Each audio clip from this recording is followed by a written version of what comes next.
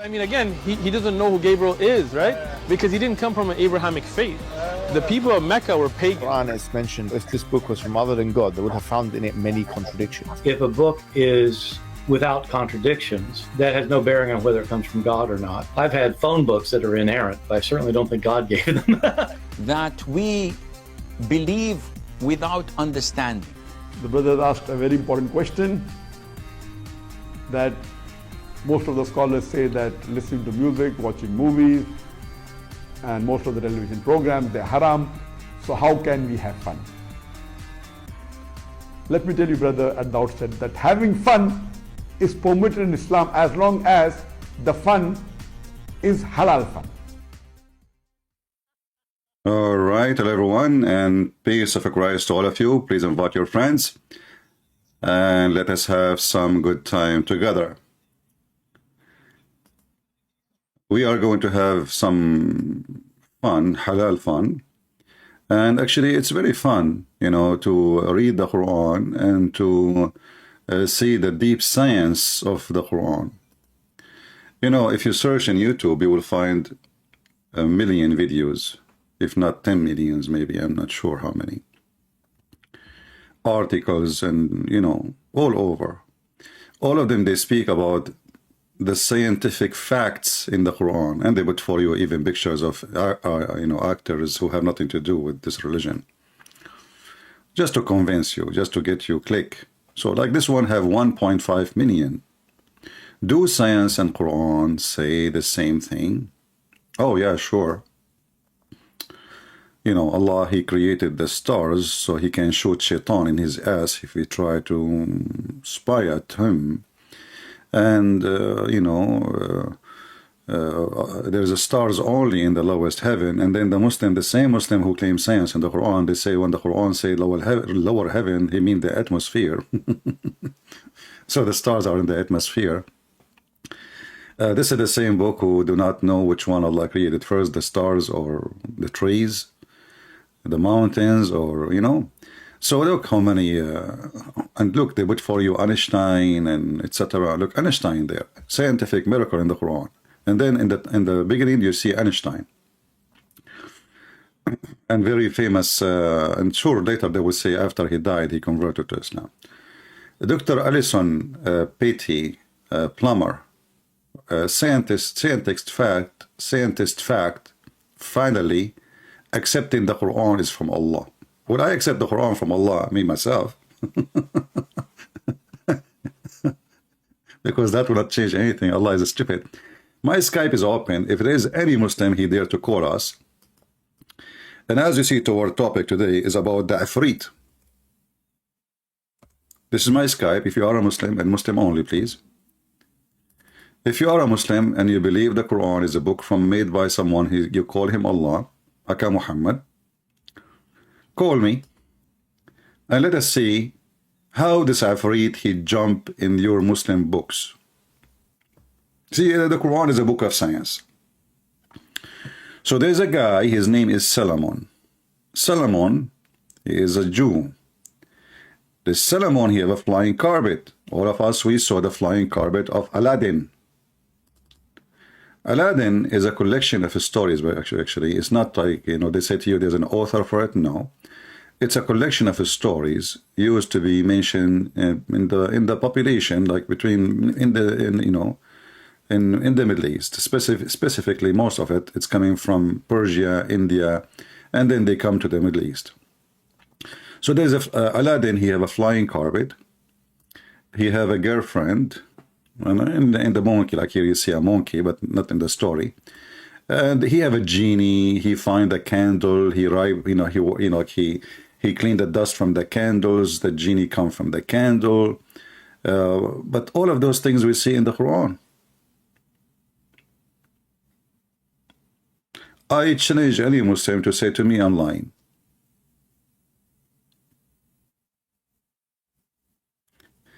you see, obviously, the one who wrote the Quran, he is speaking to people with the mindset of 6, 7 years old kids. Muhammad, he lived between the Jews. And the Jews, they have tons of stories. Some of them, they tell them to their kids before bedtime. And some of them, you know, they believe in them. And many of them, they are false. Muhammad, he lived between the Jews, and he started hearing.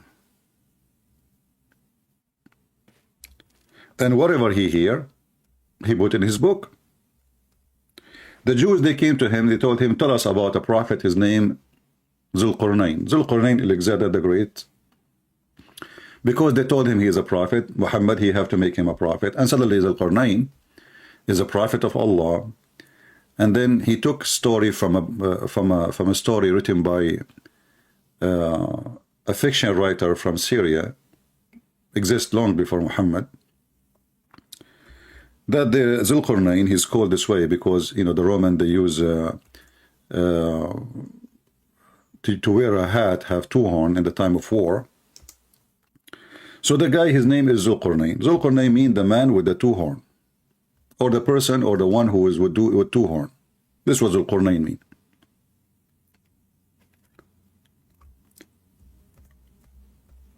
Muhammad, he took the story. First, in the beginning, he could not answer them. He asked for some time. Supposedly Allah will send him revelation.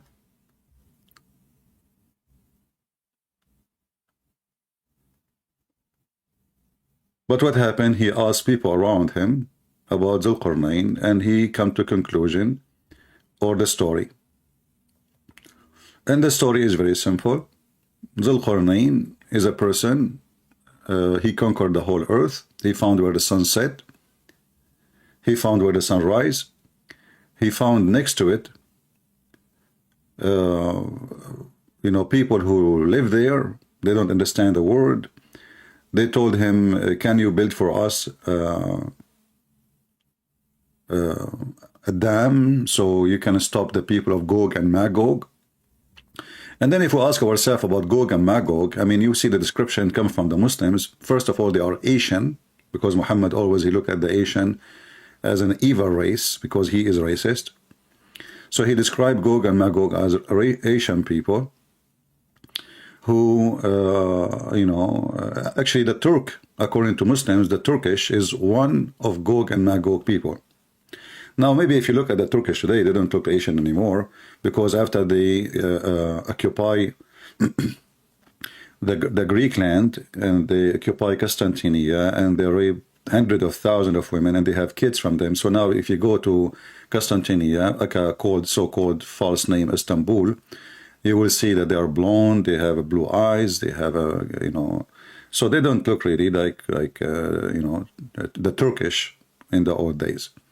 But Muhammad described him in the hadith in a very ugly way, and he made fun of their look. So he described her face as if it's like as if you drive over it. It's a flat. It is you know, even he forbid the Muslim from fighting them because they are so strong and the Arab are so weak. So they are no match because they are not human, you know, those Turkish. So if we go in the hadith, an example, Muhammad, he says, leave the Turkish as long as they left you. And if you ask yourself why, because Muhammad, he knew that Turkish are more savage than the Arab. And in the old days, and even now, the more savage you are, especially if you have the weapon, you will be victorious, you know. So Muhammad, he says, Utruk Turk. Let us see where the hadith.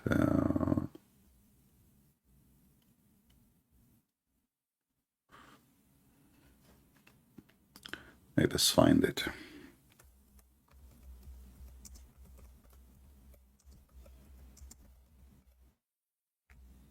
And Muhammad, he predicted that the Arab, they will conquer Constantinia, but what happened is the opposite.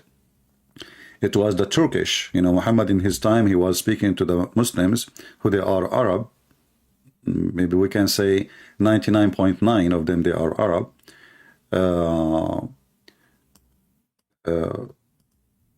And he took an army and he went to Tabuk to invade the Romans so he can take Constantinia all the way. But he failed and he came back and he stayed between his legs. And then more than 1,000 years after, the Turkish, they were able to conquer Constantinople, and I pray to the Lord we will have it back sooner or later. You never lose your right as long as you are asking for it and teaching your kids about it. Here you see the Muhammad saying, the Prophet SAWS said, let the Absasian alone as long they let you alone. Why? Because he believed that the Absasian, the Ethiopian, they are very, very aggressive and they are very strong. So you better stay away from them, otherwise they will kill you, they will destroy you.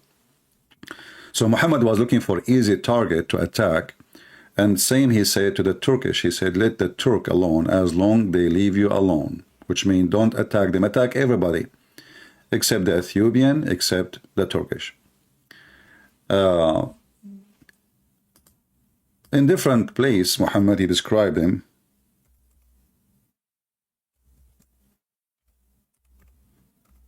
And those are the Gog of Magog people.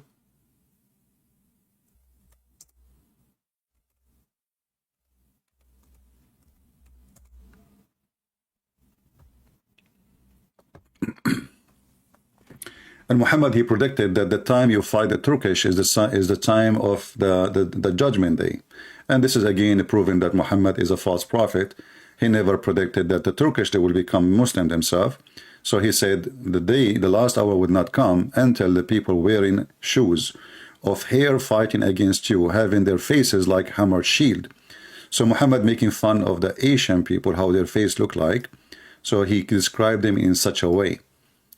And you know, he made fun of the black people too. And I wonder how in the world anyone who's black, he can even accept, black or Asian, he can accept such a white supremacist cult.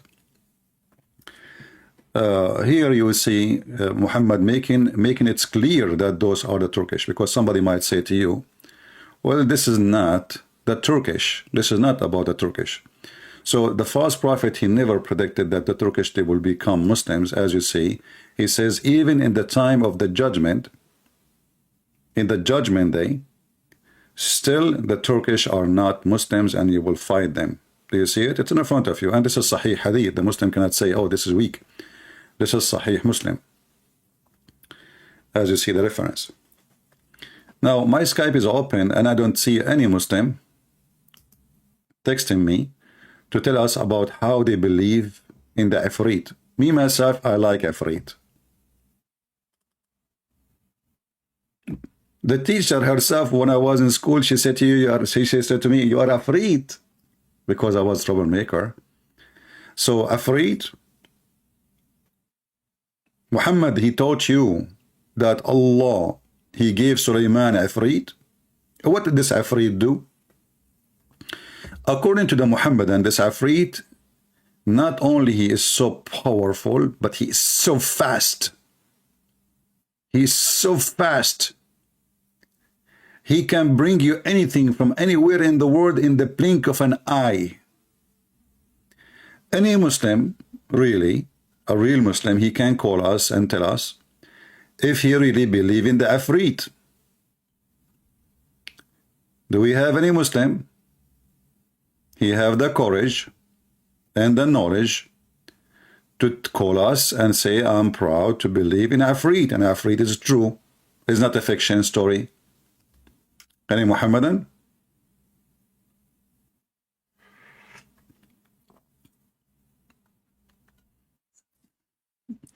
Yeah, I was very, very much troublemaker. They used to fire me from school every day almost. Sometimes I get fired when I'm fired. I go back to school, I found my name in the announcement, says this student is fired for the coming 3 days. But I wasn't, you know, I go to the principal, he says, you did this yesterday. I said, I was fired, I wasn't even here. He say, is it hard for someone like you to come invisible and do what you do and leave without anyone seeing you? So I'm telling you, even the principal, he think I'm Ifrit. So this Ifrit, by the way, this is how the Muslim describe him. They describe him as an Asian person. He is a giant. He's bald. And usually he have a ponytail in his head, like there's some hair coming from his head. He come from the candle, you know. And he say to his master, Shubbik, Rubbik, Abdak bin Idik, you know. Actually, there's many Muslim movies about the Ifrit. Maybe I can find you something which will not include copyright.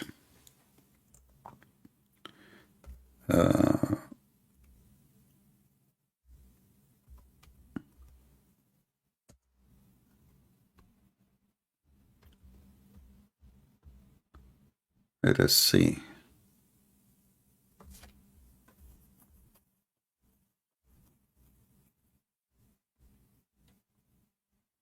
Ifrit. This, by the way, Ifrit is not, somebody might say to you, it's a demon. No, Ifrit is not a demon. Ifrit is a creature who have a body. He have a physical body. He is so giant. He is so big. He go and sleep inside the candle.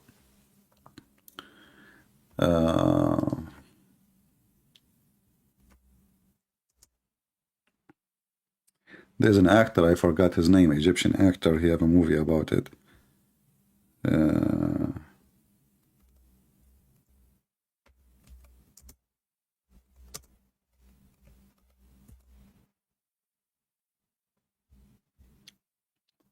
Here, like this is actually, here we go. This is a new movie. This is a movie they play in Ramadan. The Muslim, they play in Ramadan. So this is the Ifrit. Do you see him, the Ifrit? Now, for sure, they should get someone really bigger than this, but they could not get anybody bigger than that.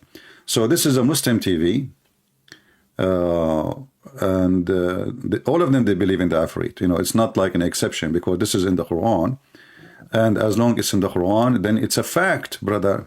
It's a fact, you know. So who is a Muslim believe in the Ifrit would like to call us? Anyone? Look at the makeup he have, and you know, you see the ponytail in his head? Yeah.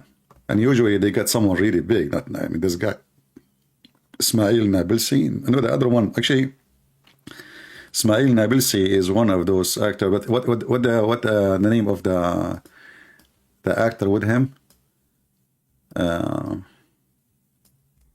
I forgot his name. He's ugly. Ifrit.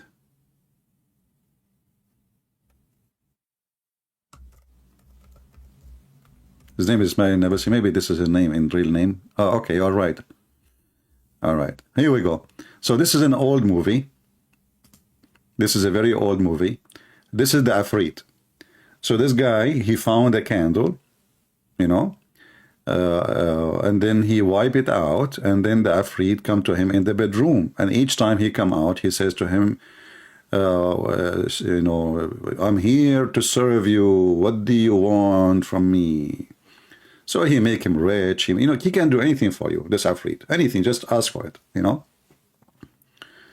So who is Ifrit believer? He can call us from the Muhammadan cult. Who is a Ifrit believer? Anyone?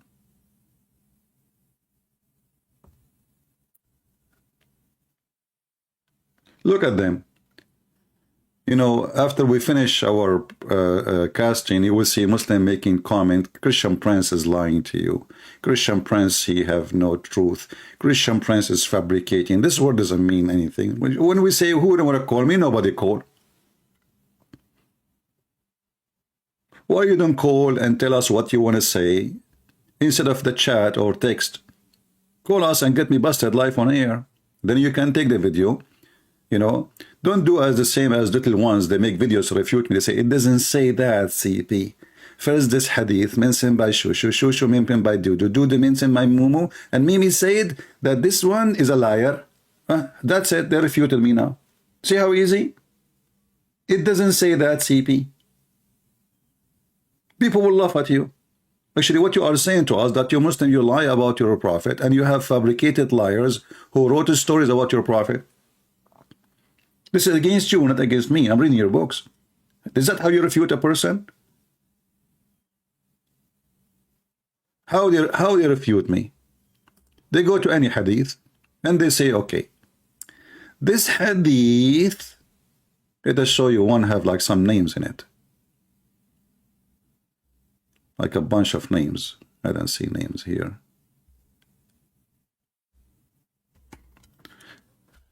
Let us find some.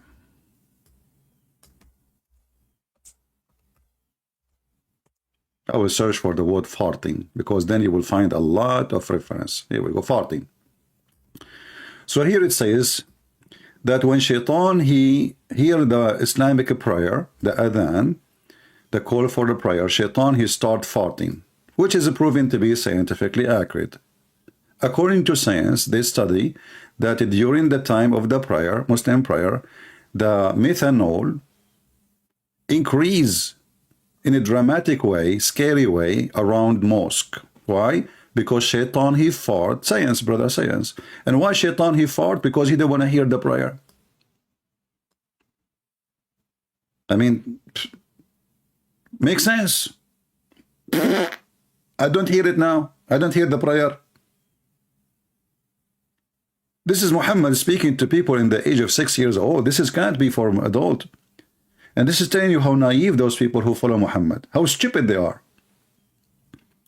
And then a Muslim now, he will make a video to refute me. He says, okay, Christian Prince.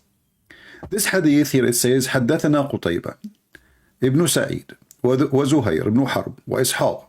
So, Qutayba, the son of Sa'id, he said, from Zuhair of Ibn Harb, he said, from Ibn Ishaq, he said, and Ibn Ishaq, he said, but Ibn Ishaq, everybody knows he's a liar.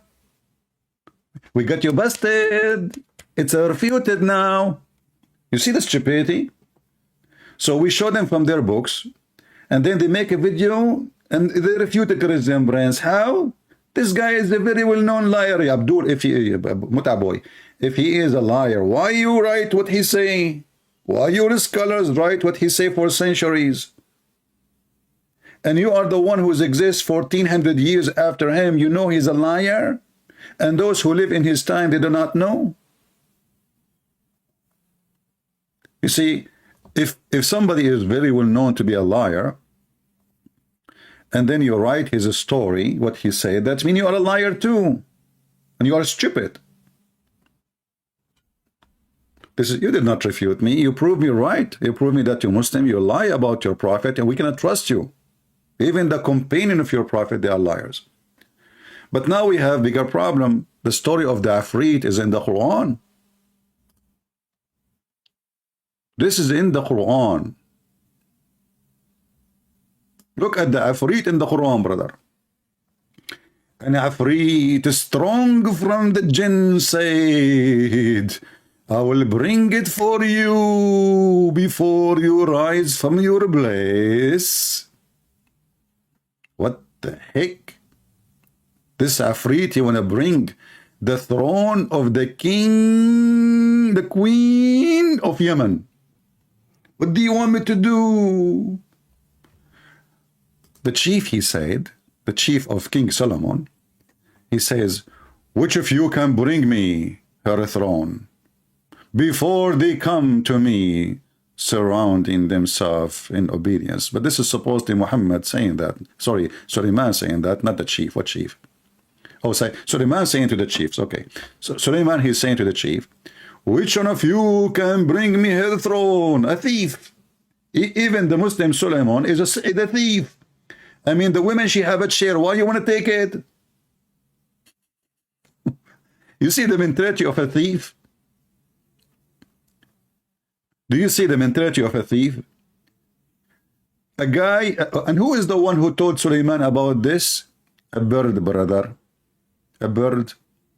Al-Hudhud, brother. There is a bird. His name is a Hudhud. This bird, brother, his specialty to find water under the ground and to find women who have no hair in their legs, because it's impossible, you know, especially we are Middle Eastern, we are very hairy. Once I was kicked from the swimming pool, they thought I am wearing my clothes. I told them I'm not wearing any clothes, this is my hair. I hope there's no atheists listening. They will say this is the proof of the origin of chimpanzee. So Solomon, brother, he inspected the birds and he said, What is the matter? That is, I don't see the hubba hubba. Or he is among the absentees. The bird is among the absentees. I mean, this is a guy who is a king, his army all the way from Jerusalem, according to Muslims, all the way to Persia. Look how small the army, man. I mean, that's small. At that time, his army all the way from Jerusalem, all the way to Persia. And you know how big Persia is? So Solomon, brother, he checked his birds. He's a king, and he have an army of birds. Have you ever heard of such a story? Who is the army of Suleiman? Read with me carefully. I'm not making things up. And there were gathered before Suleiman, his host, his soldiers, of jinns and men and birds. This is Captain Rooster. He's reporting to the king. We are ready, sir, for the marching. And they march for him. They march. And then you will find 1 billion videos in YouTube, and scientists approve the prophet of Allah to be a prophet of God.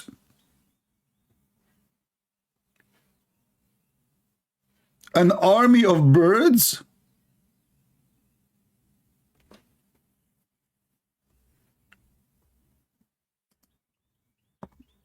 There is a video actually in YouTube for Prophet Solomon.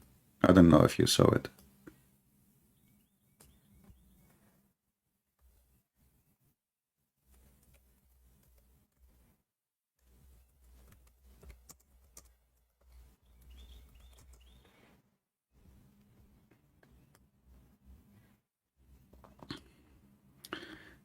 This guy, he's holding a stick, and there's like 10,000 chickens following him. Watch the video. I don't know if you saw it or not. Takbir! And the chicken, they are after him by thousands, brother. Chinese farmer and his 70,000 chicken. An army of a chicken. Bak, bak, bak, bak, bak, bak, bak, bak, bak, bak, bak, bak. I mean, who can... Look at this. The guy, he is... Oh, boy. We don't want... So, this is what the Muslims believe. This is the science of Allah. Those are the stories in the Quran. So when those fools, they try to fool you, you must be really a damn fool. Officially.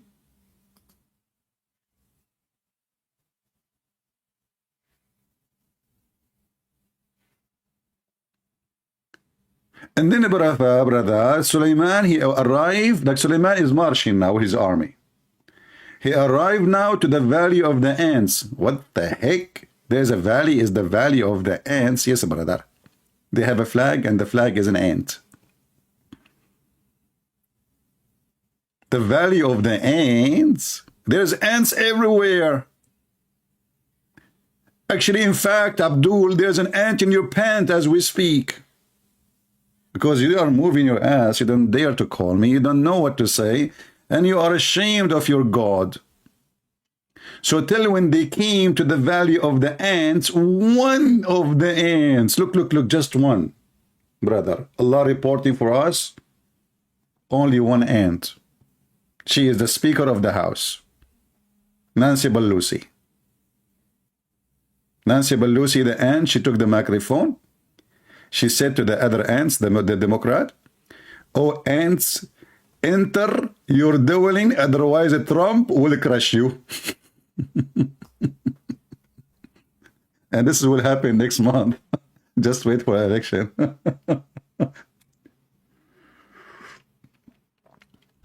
So, till they came to the valley of the ants, brother. One of the ants, she said, "Hey, Abdul, ants don't talk." Like, I know, you know, all creatures, they communicate, but they don't talk. It says here, she said. The ant said. You know what said mean in Arabic? قالت. قالت means she used his mouth to speak with her tongue, with her voice, but ants don't talk, they are mute. So one of the ants, she said to the other ants, enter your dwelling list, Suleiman will crush you. I will pay half of my treasure, which is very, little. If a Muslim can tell me how she know his name is Suleiman. Look, I can take it like the ant. She told the ants, let us hide, there's an army is coming, no problem. But she knew his name is Suleiman. That is something. How she knew? How this ant, she knew that his name is Suleiman. I'm guessing that Suleiman, he was in YouTube at that time.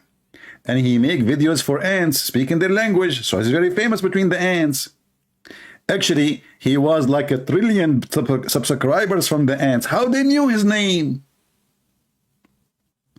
So this is what the ant she's saying. The ant, she said literally, hide, otherwise Solomon is going to destroy you. Yeah, the value of the atoms, exactly, Elena. Yeah, all right, good one. Guys, remember yesterday we mentioned, or less than, about more than 24 hours ago, we mentioned that the Muslim, they made the word ant, they claim it is atom, when the word in Arabic is dharra. Dharra is the baby ant, the small tiny ant. You remember? Who remember? So we mentioned how the Muslims, they lie, and we showed you their interpretation, how the word atoms have nothing to do with the Quran saying. The Quran saying dharra, and dharra is an ant. So those liars, they fabricate things to make the Quran a book, when it's not a book, it's a collection of fairy tale stories. And actually, it's the same as 1000 Night and Night. It is a book collected long after those stories came to exist. Even the Muslims agree that this book was collected, never been written as a book. And actually, until now, we don't have the Quran. Nobody have the Quran. They don't have a single copy of the Quran. They don't have a single copy of Al-Bukhari. They don't have a single copy of Sahih Muslim. So then you ask yourself, so what they have? You see, Sahih Muslim, Al-Bukhari, those are the most important books for Muslims after the Quran. They don't have any, not a single page for the guy who is named Muslim or the guy whose name is Al-Bukhari. And the funny, both of them, they are not Arab. I mean, isn't it funny that the one who collected the stories of Muhammad, they themselves are not Arab? Isn't it? They have nothing to do with Saudi Arabia. They have nothing to do with Arabia. They have nothing to do with Muhammad. This is not. This is they claim that from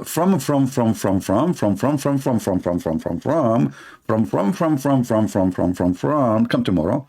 After all the from one of the student of Sahih Muslim of Muslim, sorry, he wrote those things. He said Sahih Muslim. He said those things. See what they have? So this is not a book written by Al-Bukhari. Neither the Muslims is written. It doesn't exist.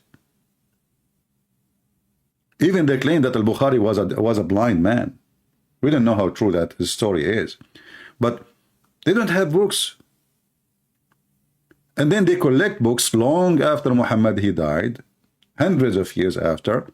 And now those books, one is called the Quran, one called Al-Bukhari, one called Muslim, one called Ibn Majah, the second and the third Ibn Dajaja, Sarsur, Mansur, etc. But I like this part here. Remember the story when the hadith says that a goat, she ate the Quran? You remember the story? Aisha, she mentioned it. What the Muslim, they will say about it? CP. It doesn't say that, CP. First of all, let us open the hadith first and show you how the Muslim, they respond.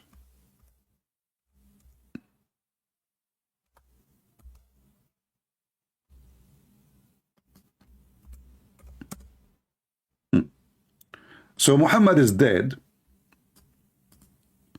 a goat, she entered upon the house or the room of Muhammad, and Muhammad was sleeping on the Quran. He put it under his ass. The goat, she flipped Muhammad. She flipped his ass. She took the Quran, and this goat is very evil. She started looking for certain verses, and look at the connection. What goat they do? They give milk. Usually people don't grow goat really for their meat. Their meat is ugly. It's not good. It's hard to cook. They grow them for milk. So the goat, brother, she started obviously using her tongue, flipping pages one after one, until she found the breast feeding for adult verses. For what? The religion, the conservative religion of Allah. Allah, he ordered Muslim women to give their boobs to strangers so he can suckle them 10 times. And this was in the Quran.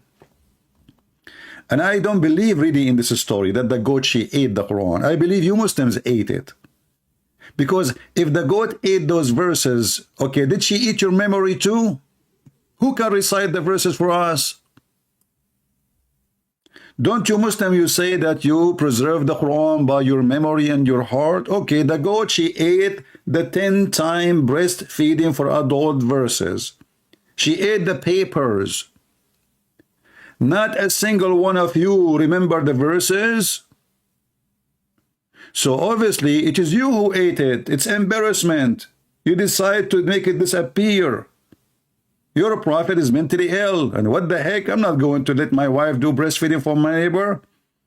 Now we know why the neighbors are lined up in the front of the house of the Abdul. One after one. Can I? Sure, honey. You know, the prophet says he would go. Which breast do you want first? The one in the right or the one in the left? The guy, he have a cross eyes. He said the one in the middle. This is religion. However, until now, we have a zero Muslim trying to contact us to tell us about the IFRIT. I want a Muslim to call me and explain to me how much he believes in the IFRIT. I like IFRIT. I want to have one. You wipe the candle, the IFRIT come from the candle. He said to you, sir, what do you want today? I say, can you please take Joe Biden to the moon and don't let him come back? Because gas price is so crazy, food is so expensive. I mean, this guy is the most idiot ever. Can you please take him somewhere? Can you put him with Muhammad somewhere? Are you sure, sir? This is the only wish you want? No, I have more wishes. Take Nancy Pelosi with him. Hey, don't forget Trump. The whole, you know, everything we have in this country. Just take, you know, just put them in the truck and take them all. Self-worshippers. How come we did not see, you know, like today and yesterday, there is a lot of pervert in the street wearing very weird clothing. It's not a clothing, actually, it's nakedness. Very pervert people celebrating Halloween. Their brain is hollow. So you Muslim, you celebrate Halloween every day. Look, even your IFRIT is naked. Why is naked? Do you think he live in Hawaii? I mean, why the guy always IFRIT is naked? Why you Muslims always make the IFRIT naked? I want to know why.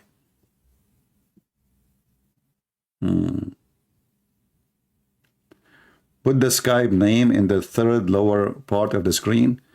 Third lower part of the screen. Man, that is something. So now you want me to look for the third lower part of the screen. Are you sure? Okay. Third, my friend, we are posting it in the chat, and we can make it in the P, like what they call it, like in the message in the front when you enter, pinned message. Still, they don't call. They don't dare to call. We can post in it. Do we have any IFRIT here? Hey, IFRIT, can you find me a woman? She don't want my credit card. and she is not going to give me headache. And she is beautiful, but she is not so proud. And she have 7 boobs, you know, 7 boobs. I don't want the boring thing. 2 boobs. Enough is enough. We have those for centuries, thousands of years. 7 boobs. You know what? Make them 8. 8. Like in case one of them went flat. All right. And can you find me a woman? She have like 3 eyes, you know, because I like women eyes. Like I look at them, man, you know, especially if they have a cross eyes. So can you make her have 3 eyes, 2 noses? Okay. You know, are you writing down, Afrit? Sir, I do not need to write down. All your wishes come to be true immediately. Afrit in the Quran. Are you sure?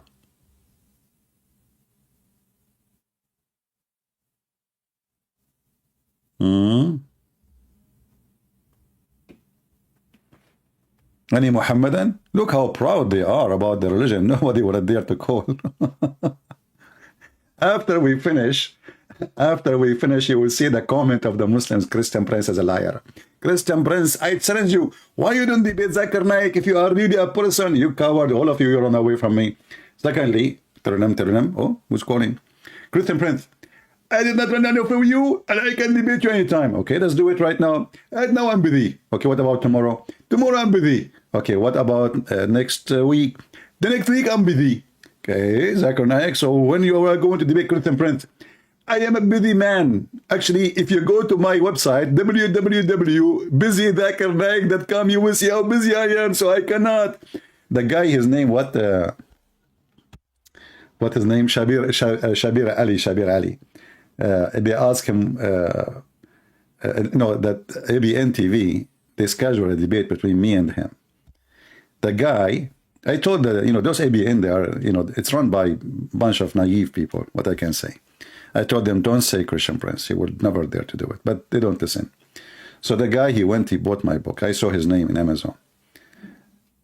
After he bought my book, he sent an email to ABN saying, I apologize, I cannot do it because I'm doing my PhD.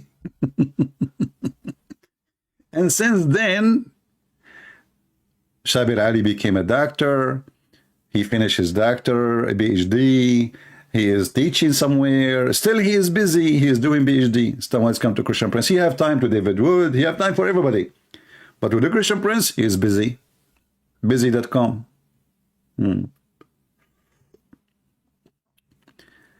Do we have any Muhammadan would like to go and call us? Any Muhammadan would like to call us? Mr. Afrit is calling you. Listen, if Allah is with you, Afrit is with you, Muhammad is with you, Jibreel is with you, where is your fear coming from? Look at this Afrit. You will win.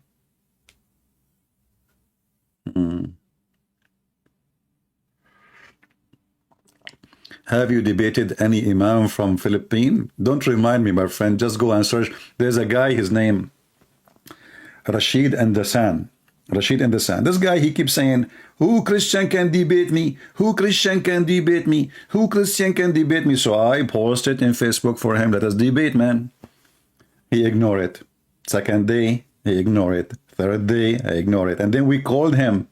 It's in YouTube. Go watch it.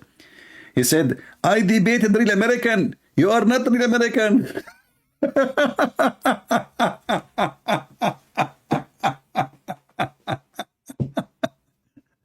Well, this is why you debated him, because he's an American. I am an Arab. This is why you are terrified and you have poo-poo in your pants. I debated real American. You are not real American. Like, what the heck does that mean? This guy, he debated real American. I look Chinese, by the way. When I went to Singapore, they asked me, where are you from? I said, China. They said, how you say so? I said, I eat Chinese food. Prove me wrong.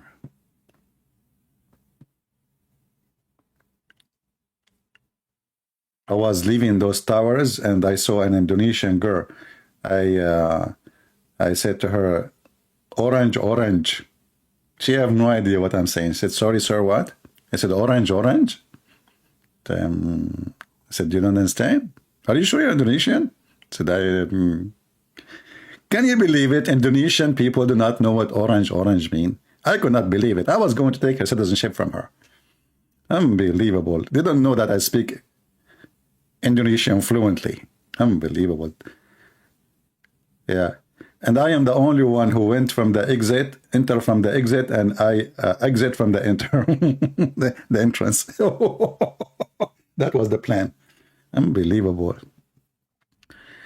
Do we have any Abdul? You have a genie with him to call us and prove us wrong? Any genie in the bar?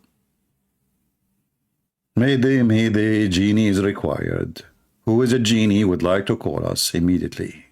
Genie, report to the airport. Do you know that Suleiman, he have a flying carpet, and the flying carpet of Suleiman can carry all his kingdom? I mean, even the word, the kingdom. I mean, don't you see how dumb the story is?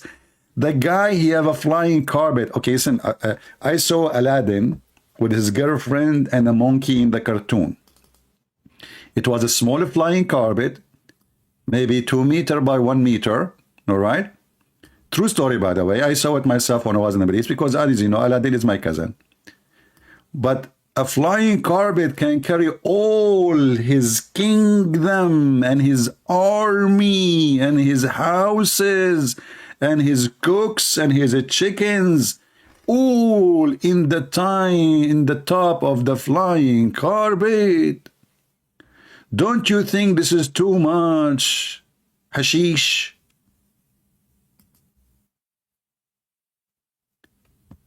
If you search in Google, let me do it. I was searching Prophet Google. The account, I will search in English, so you can find it the same. The account of Prophet Solomon.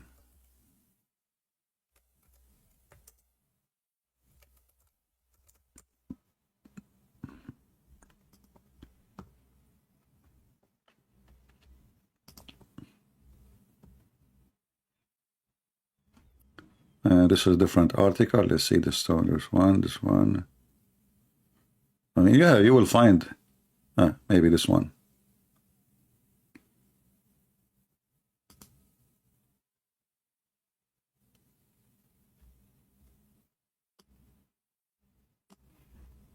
Brothers and sisters,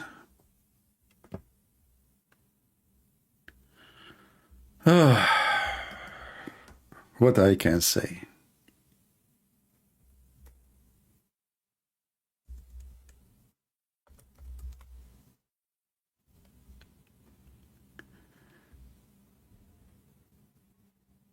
Suleiman. The name of the ant, the head of her group, was Taqiya. Look at the heck. Even the Muslim, they knew the name of the ant who spoke to Suleiman, brother. Look, look, look. The name of that ant, the head of her group, she is the chief of the tribe, this ant. Her name is what? Taqiya. What the heck? How you know her name? He Muslim, how you know her name?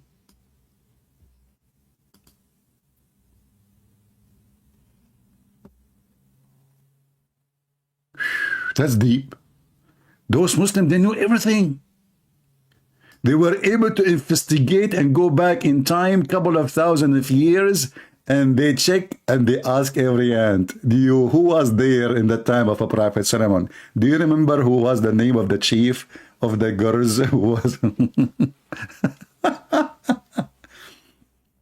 So she called the other ants to protect themselves by seeking shelter inside their holes. What the heck? Respect yourself, man. What do you mean their holes? And cried what everyone said to Suleiman as ears. Suleiman heard the ant statement from a distance of 3 miles. Look at the reception of Suleiman. I mean, do you see the reception, brother?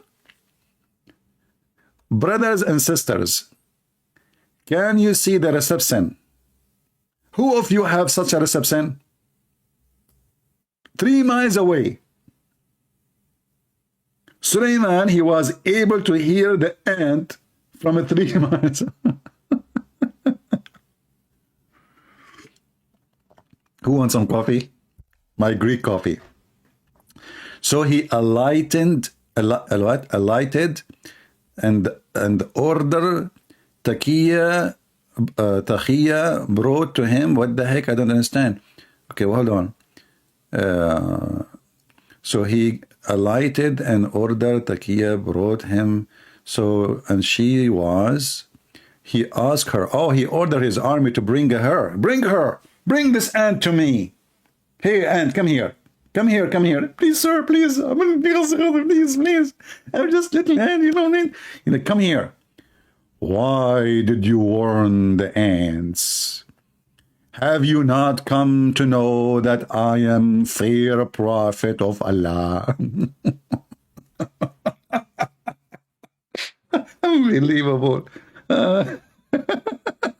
Imagine you are arrested by the secret police of Suleiman, and now they are investigating you because you are an ant who told the other ants to hide in your holes. What the holy book? This is a holy book. And why were you afraid lest and I, my host, should smash you all? Taqiya, she said, O Prophet of Allah, I did not mean some smashing of the bodies, but a smashing of the heart. Like, what the heck?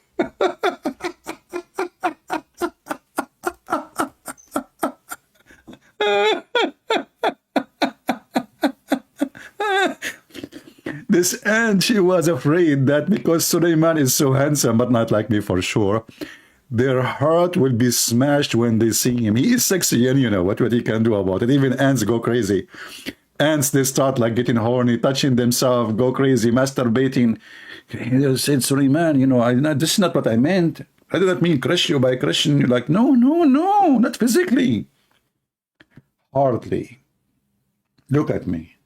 Just look at me. I'm melting right now. I feared that lest we should desire what you have been granted and become dazzled and thus be distracted from praising the Almighty. Oh, she is a Muslim ant. MashaAllah. She is a Muslim female ant, and she don't want the ants to be distracted by what he been given, brother. Until now, we are waiting for any Abdul who believe in IFRIT to call us. IFRIT believer is wanted. Until now, zero IFRIT believer. Obviously, they knew that this is something they cannot defend. It's stupid. Their religion is stupid. And the one who believes in it must be stupid too. This is what the Muslim trying to convince you with.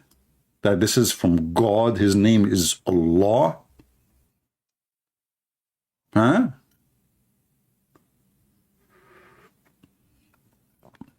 Ali Muhammadan.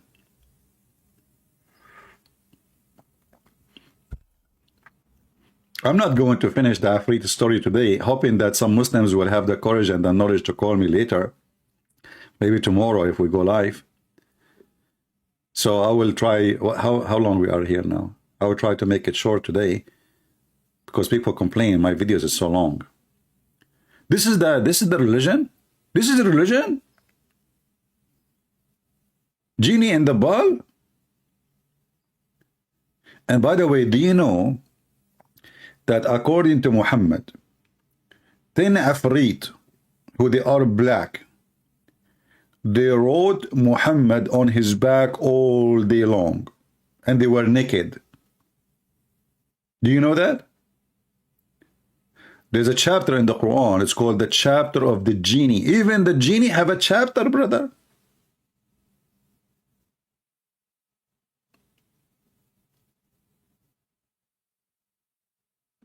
What no, I cannot make the video short. People complain. They says that my videos are so long. I receive an email from the Ant Society. They are saying to me they are going to sue me because I am keeping the ant busy from doing their labor job. Especially winter is coming and they need to collect some food. So the head of the tribe, Takhaya, she said, I'm going to report you to the ant police, and if you don't repent, we are going to attack your home.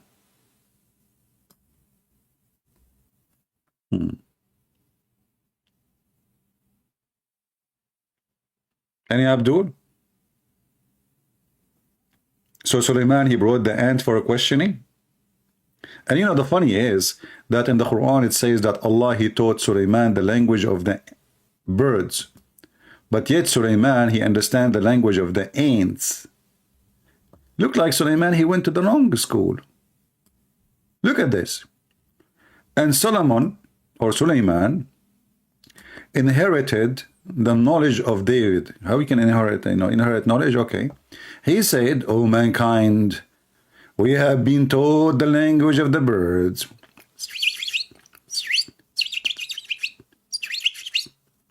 So now Suleiman, he been taught the language of the birds. He speak to the ants how?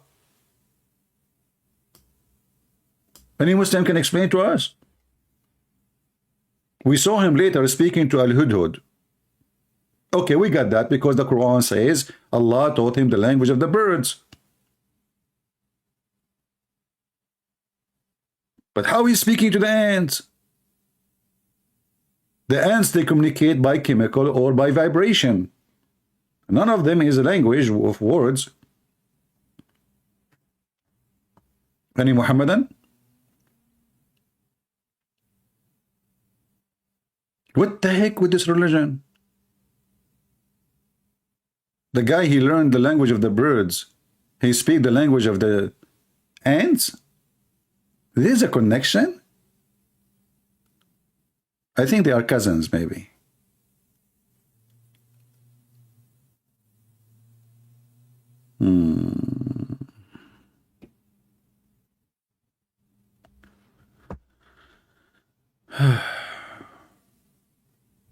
Any Muhammadan?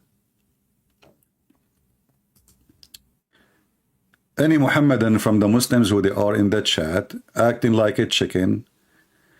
Why you don't call and say, yes, we believe in the genie? What is the problem? And tell us what is the genie is about. And why this guy, he want to go and bring and steal her throne? Why Suleiman, he want to steal the throne of this woman?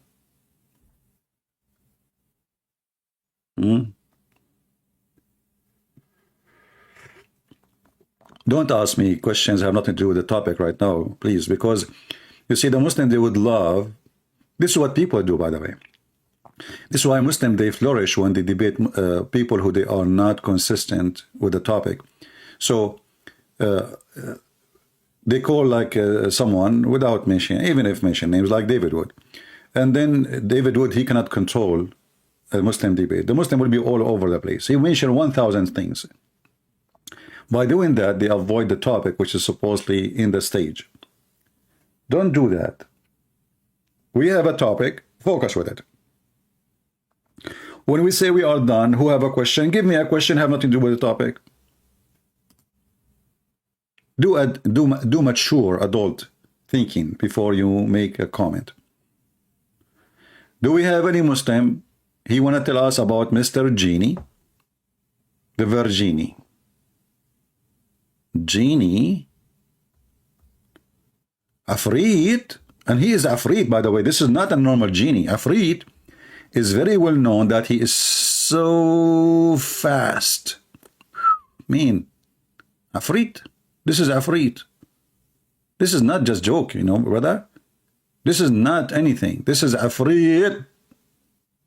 Do you know what Ifrit mean? This is a special genie. He's so fast, he's so powerful. He can make your wish come to be true in a second before you blink your eyes. I have a question. Do you know Robo Christian? Well, I'm going to block you for such a question. I mean, no, I do not know him. In YouTube, yes. But what this have to do with my topic now? Why people are stupid? I have a question. Do you know my dad and my mom? Do you know this guy? I'm here for this now. Go on, you know, what's wrong with people? Kids, you need a free to teach you how to behave. Are you going to ask me now, do you know Trump? What is next? I know nobody. I'm here for a reason. I'm not here to know this and that. I'm here to teach you. You like it, you stay. You don't like it, leave. Don't be silly. Don't act like a kid. So IFRIT, Mr. IFRIT, my Skype is open and IFRIT is not calling. Not a single Muslim IFRIT is calling. Why? Because they knew their religion is a joke. They knew that they have no match. They knew they will call somebody he do not know how to answer them. Here, their IFRIT disappear. They have no courage, they have no knowledge.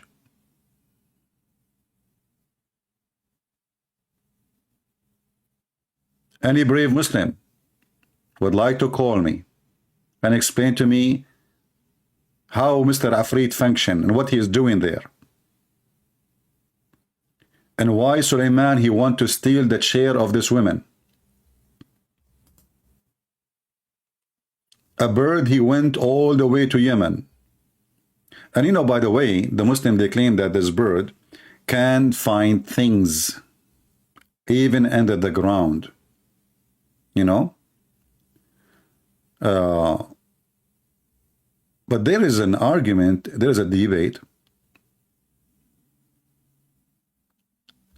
about this bird happening between a Muslim Arab and the cousin of Muhammad.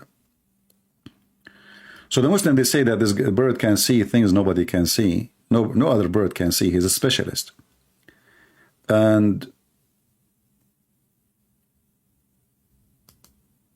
therefore, this is why he is the one who discovered what nobody discovered. But as you see, this is a big kingdom. I mean, what been discovered? But there is funny argument happening about this bird. If you go and see the story of Ibn Abbas, when Ibn Abbas, he mentioned that this bird can see even water under the ground. An Arab man, he said to him, well, if this is true, if this bird can see underground, how come then a little child, he put some seed and he covered them by some dust and he trapped the bird? You see, people, they think that at that time people are stupid. Not everybody. So if this bird can see deep in the ground, how then a person, a kid, he can trap him by putting some seed, covering the trap by dirt, and then nobody, and he captured the bird. If he can see, he should see the trap. Ibn Abbas, he started cursing this guy, and then this guy, he said, I swear by Allah, I will never do that anymore, which means arguing about the stories of Prophet of Allah.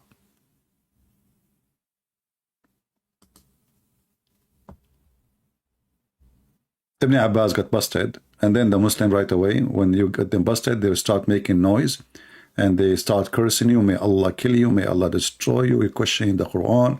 So the guy, he got terrified, he said, okay, you know what, you are right, whatever you say is right, I'm not going to question it no more. Bingo.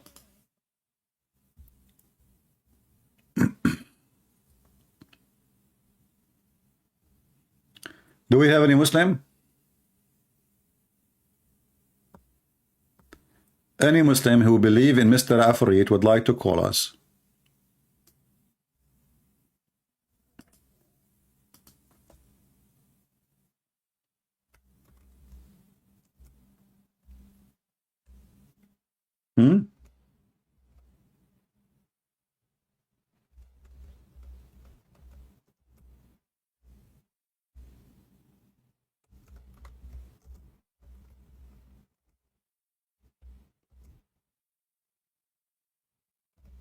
Any Muslim?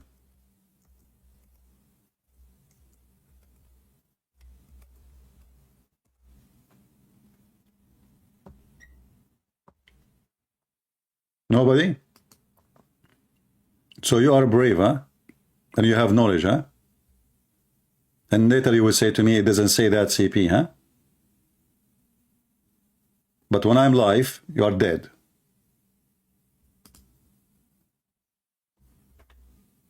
Uh-huh. Anyone?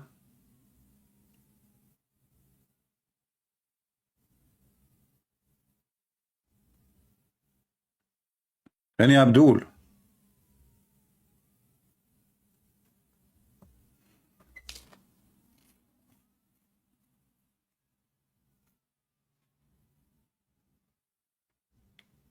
Who is a Muhammadan believer in what we show on the screen? You don't you? This is the argument of a Muslim man. He got Muhammad and his followers busted in the time of Muhammad. He said to Ibn Abbas, one day Abdullah ibn Abbas told a similar story among the people who was a man from Al-Khawarij. The Muslim, anyone who say he is a bad Muslim, they call him Khawarij. Khawarij mean the outsiders. They are like practicing out of the faith. Whose name was Nafi' bin al-Azraq, who often used to raise objections to Ibn Abbas. Look how evil he is. He said to him, stop, Ibn Abbas. You will be defeated, between two brackets, in argument today. Ibn Abbas, he said, why?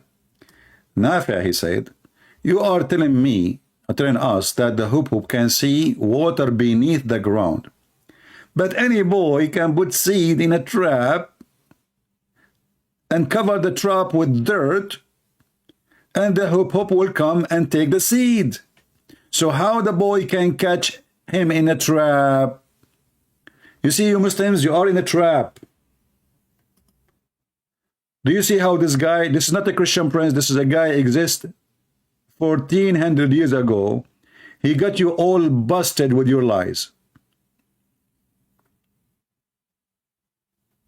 Do you see it? And this is Ibn Kathir. And then what Ibn Abbas, he said, did he refute him? No. He started cursing the man.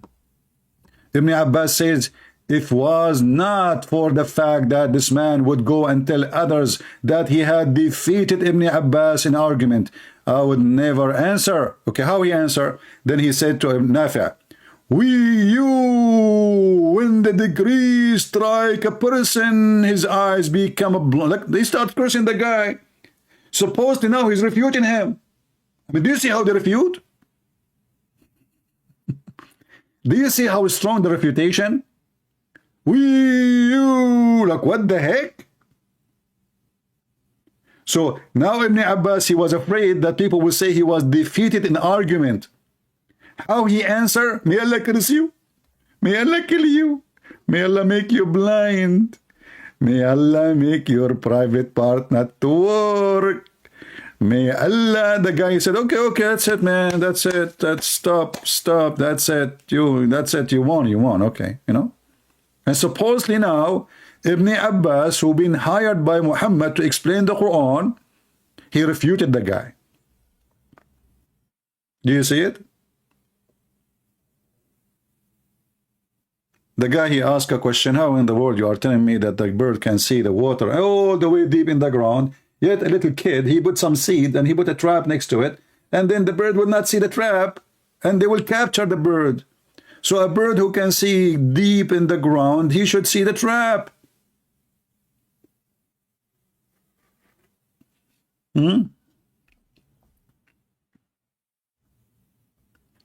Don't ask me questions out of the topic. What is the update of Iranian Muslim women? I don't live in Iran, my friend. You live in Iran. Don't we have a topic? Why people come here, they ask questions. Do you know this guy? What do you think about Trump? What is the update about the Iranian? What somebody told you, is this a news agency? We have a topic. Focus with me. Hey, Christian Prince, do you know why Sam Shamoun is bald? Yeah, I know. He used bleach instead of shampoo. I mean, what's my business? People, they come to me with the questions. We have a topic, we have a title, we have IFRIT, and now you are asking me about the Iranian? What's wrong with people?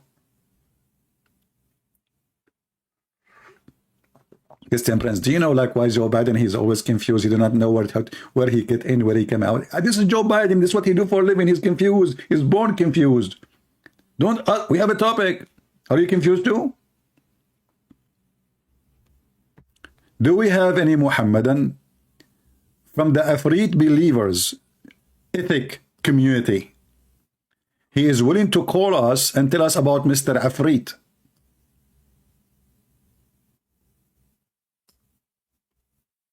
Anyone?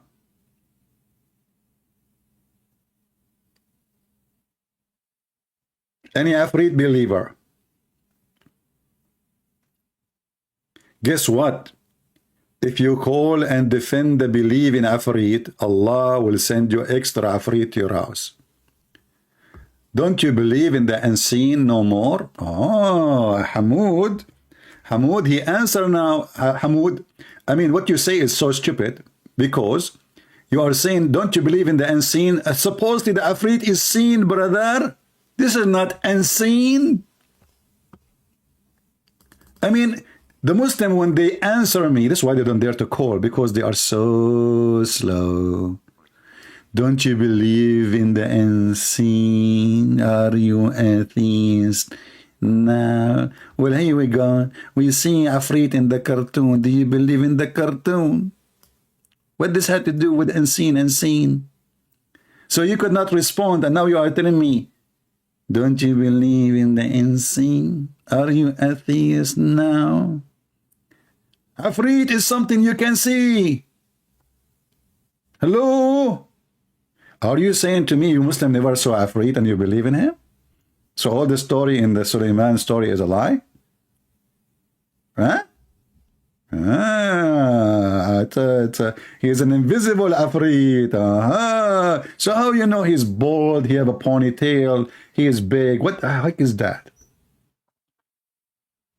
Believe in the unseen. Huh? Anything is unseen, we must believe in it. Unseen. We have to believe in the unseen. Allah is unseen too. He's IFRIT.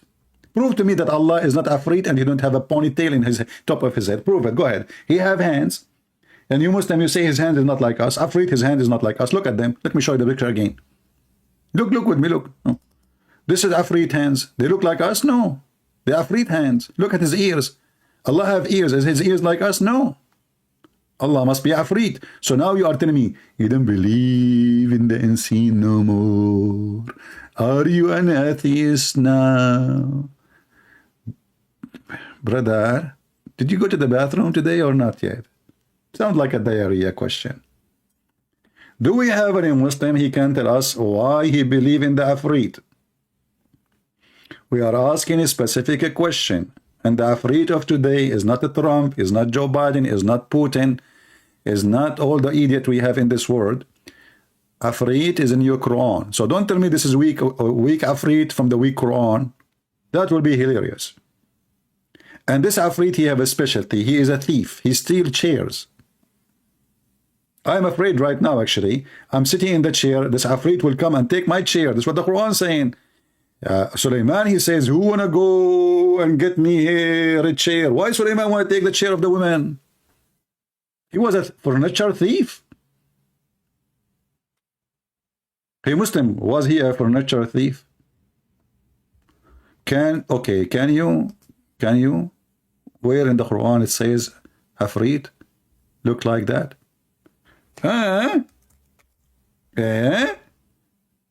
Hamoud, guys, Hamoud is saying, where in the Quran it says that IFRIT look like that? Where in the Quran it says how Muhammad look like? And yet you Muhammad, you describe him, you have movies about how pretty he is. Suddenly now Muslims, they go only by what the Quran says. Can you show me in the Quran where it says he is like that?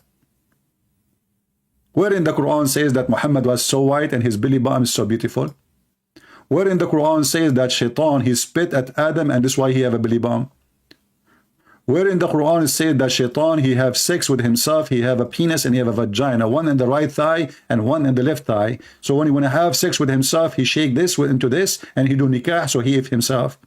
All of this is not in the Quran. So now you believe in the Quran only? Where in the Quran it says how you pray, how you fast? How in the Quran it says how you wash your private part? Where in the Quran it says how you say Allahu Akbar? Where in the Quran it says the Shahada? I mean, you Muslims are very weird. You must be Afrit, aren't you? So you try to make to be Afrit, avoiding the question, and you say, where in the Quran it says that, CB? It doesn't say that in the Quran, CB. It says in the Quran that this Afrit, he steal furniture. What say you about that? The Quran says that this guy, specifically, he steals chairs. If you come to my house, I have only a few chairs anyway. All of them, they are nailed to the ground. I cannot trust the Afrit of these days, or the old days. They will take your chair. They love a chair, especially if they are old. And I am a Christian prince, so I am a royal already. So my chair is a royal chair, so he will steal it. That's why I have an insurance over my chair. You know, I call the Habasha insurance. You better tag me now. Okay, I will tag you now. Here we go. I will block you because you are not saying anything. I'm waiting for answer. Potato, go. Let your dad come here. Habasha. You are just like a chicken. You go, you make noise, and you play with your feet to looking for the worms, but the worm is you, because you are digging for yourself. Here we go. If you are a man, call me, and let everybody hear you. Don't play hero in the chat. Text terrorist. The same thing you want to say to me in the chat, call me and say it, like everybody hear you. Why you are afraid? Afrit will support you. Call the Afrit of Allah. Wipe the candle of Aladdin, and the Afrit of Allah will come with you, and he will support you. What are you waiting for? Afrit as never before. Can you believe it? That we open our Skype. When I say I'm not going to open Skype today, the Muslims, they say, Christian Prince, we want to call you and you are a coward, they are running away. When I keep saying, who want to call me? Nobody call. If I say now I'm going to close my Skype, they will say, he ran away. We wanted to call him, but he closed his Skype. He's a coward. He's not Afrit like us. We are Afrit. How many Afrit Allah have? Do you know even that Muslims believe that Allah have a dog? I mean, this is funny? Muhammad, he said to his cousin who don't want to believe in Islam, aren't you afraid that Allah will send his dog to eat you? And then the cartoon comes, Scooby-Doo, which is inspired by Prophet Muhammad. Scooby-Doo is the dog of Allah. Allah have a dog, and the dog, he eat people. Okay, the dog of Allah eat people. Afraid do what?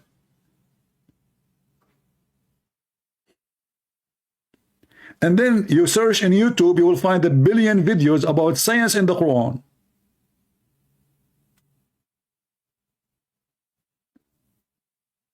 You Muslims don't even know how to make kimchi.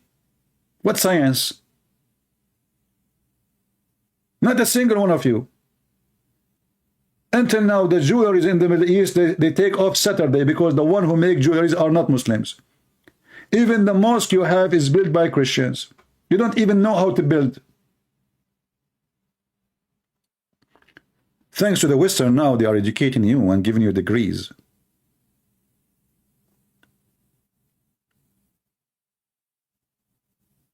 Do we have any Ifrit? You love kimchi? Okay. Is that your girlfriend name? Shawan? Why you are telling me, man? Please keep your private information from public. Don't mention that your girlfriend, her name is Kimchi.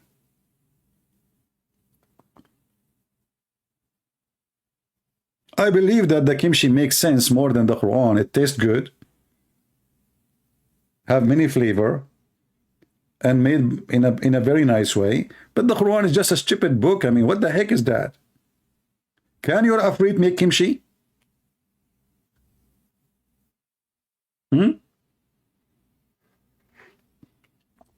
Prove it. Afrit, huh? You have a God who provides you with Afrit.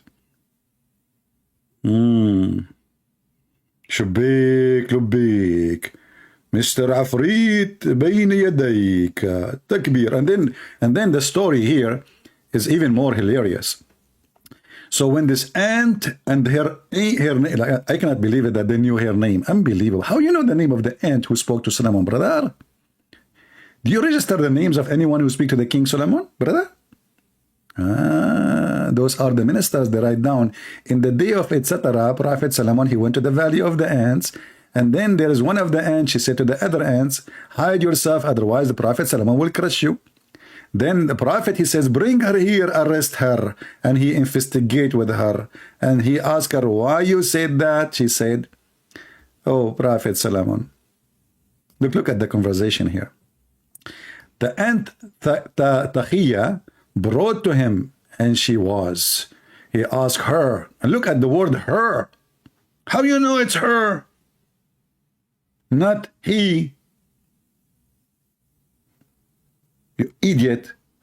They say to you the word ant is a female. You idiot, the word ant is a word we use for both gender when we speak to insect. Male or female. We don't look at their balls. We see an ant, we call it ant. Namla. Idiots. Why did you warn the ants? Have you not to come to know that I am a fair prophet of Allah? What the heck is that? Look at the investigation of the SSS, the KGB of Putin. Well, why you are afraid lest I am and I, my host, should smash you all? Takiya the ant, she said, O Prophet of Allah, I do not mean the smashing of the body, but the smashing of the heart. Look at the wisdom. This is an ant. If you're an ant now, it's time for you to be proud. If you are an ant, it's time for you to feel so proud. This is a real ant. And this is the wisdom of ants. The ant, she got Suleiman busted, you idiot. You are an idiot. I said he will crush you, he will smash you, but I meant the heart. Hey, Muslims, ants, they have heart? What kind of heart they have? www.dateandantheart.com. And then I feared lest we should desire what you have granted. Oh, the ant, she want to have a flying carpet too. Why not? She want to be a queen too. Or do you have a queen already? And become dazzled. And by the way, this is the chief of the ants. So who's the queen then? Oh, what the heck? And then, if you read the conversation, you would die laughing. Maybe I should continue reading this later in the coming episode of the IFRIT. Ants? Oh boy. The ant, she said, your father had treated his wound with compassion, so he was called Dawood. Oh, now we know why his name is Dawood, because he treated his wound with wood. This is Muslim books. Do you see it? Why Dawood? His name is Dawood. Because he treated his wound with wood.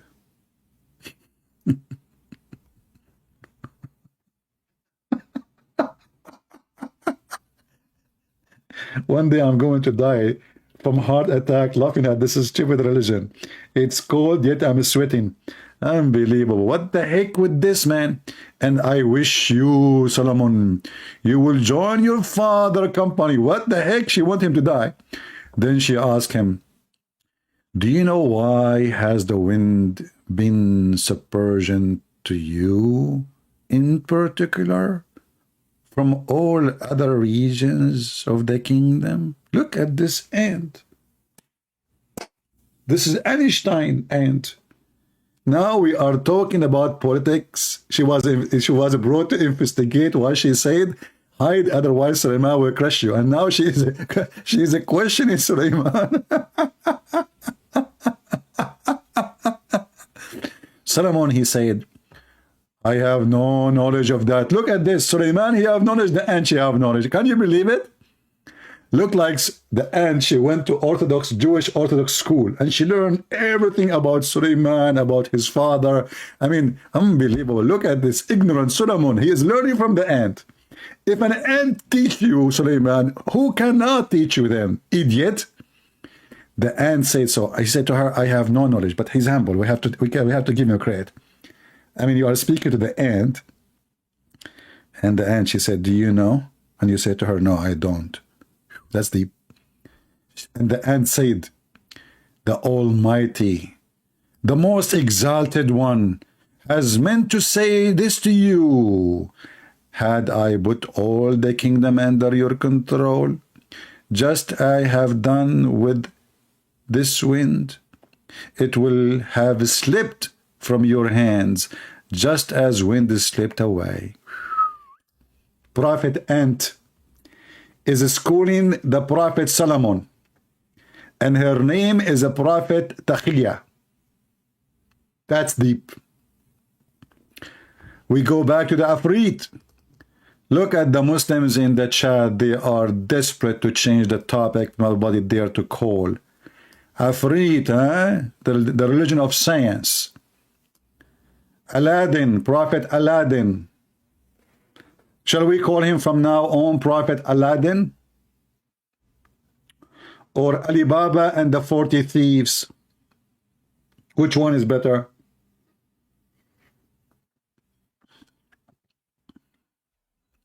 Anyone?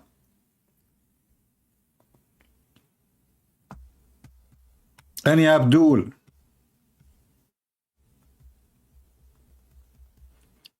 I am sure that the Muslim, they will try to use Sam Shamoun picture to make him Afrit, because he have no hair. Or Kojak. Anyone who have no hair at all, he is Afrit. Can you show us the validity of your source? Guys, a Muslim is asking question. When a Muslim he ask a question, he make poo-poo. Hamoud, he go mute for an hour and then he post a question. Hamoud, are you sure you are not paid by Christian Prince? You idiot. This is your source. You are asking me to show you validity for it. What about you do that? If it's not valid, why you Muslim teaching it? Why you have it in your website? So you're asking a Christian to prove that those are validated answers or question or resource. What is valid about the story of Solomon in the Quran? That Solomon, he have Afrit. As long as he can validate things, can you validate for us that Solomon, he have Afrit and he steal furniture, as the Quran say? Here we go. This is your books. Who is a Muslim can validate for us? Respond to Mr. Hamoud. 99.9. By the way, this is a Muslim voting. Muslim, all of them, they vote 9.99999. They vote yes to Islam. And the one who did not say yes, he died because he could not. He was going to say yes, but he died before he said. Hamoud, are you there? Can you validate? The story is mentioned in the Quran that Solomon, he spoke to the ant she spoke to Solomon. Solomon is investigating. I mean, you are asking me, can you validate the source? The Quran says so. The Quran says Sulaiman, he spoke to the ant, and the ant spoke to Sulaiman.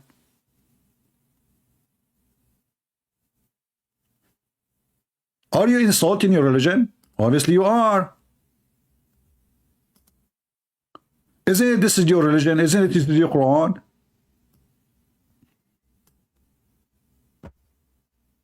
Huh? Here we go. The conversation is here in the Quran. And in order to avoid the embarrassment, you are asking a person who is a Christian laughing at the Quran, can you validate?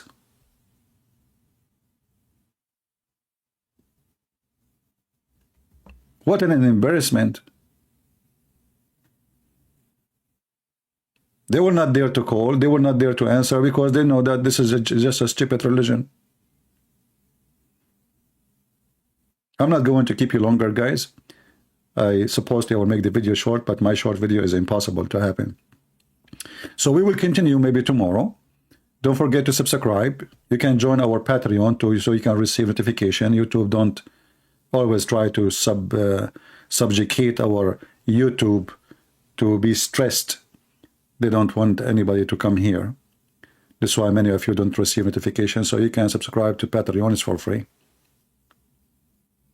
It's not the same conversation. Okay, how you can verify this conversation first? How you can verify what Muhammad said to you about this conversation? All the stories of your Prophet Muhammad in the Hadith is not the same exactly as in the Quran. So how come you don't ask the question to your Prophet? Is the Quran speaking about a jassasa who have a long hair? No. Did the Quran speak about the Antichrist who have a lot of hair covering his body and he was suspended on the air chain with the chain? No. But you believe in it. Did the Quran describe how people of Gog and Magog look like? No. But Muhammad in the Hadith, he described them. And those people, they are getting their resource from your Prophet. Here we go. This is your website, alislam.org. So this is how Muslims, they try to run away from the embarrassment. They are trying to ask me to verify how truthful those information. Why you don't ask yourself how this information is mentioned in your books if they are not truthful? And this is the one who wrote the article. He's a sheikh. The 99 attribute to Allah. Yasin al-Jabburi. Why you don't call him?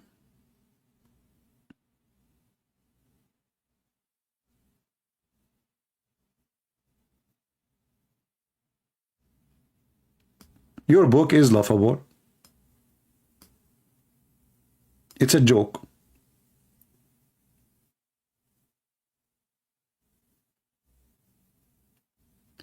Can somebody show me where the Quran says? Well, because we are done, I will answer this question. The Quran mentioned that the Quran is a hadith, and it is all those verses in the Quran in front of you speaking about hadith, hadith, hadith, hadith, hadith, as you see all of them. But like here, chapter 20, verse number 9, it says, did the hadith of Moses came to you? And then he tell him about Moses. So all the story of Moses is hadith. All the story of Isa is a hadith. All the story of, it's a hadith in the Quran. Quran is a hadith. However, the Quran confirmed that the Quran itself is a hadith. This is chapter 39, verse number 23. And the Muslim translate the word hadith as a statement. So the best of the hadith is the Quran. And here a word in Arabic. Allahu nazzala ahsan al-hadithi kitaban. Hadithi kitaban. Anyway, guys, I want to say thank you for being here. And I will leave you in peace with the IFRIT for today. Be careful, he steals chairs. You know, if you came home and your wife, she took the furniture, most likely she is using the IFRIT to move the furniture so fast.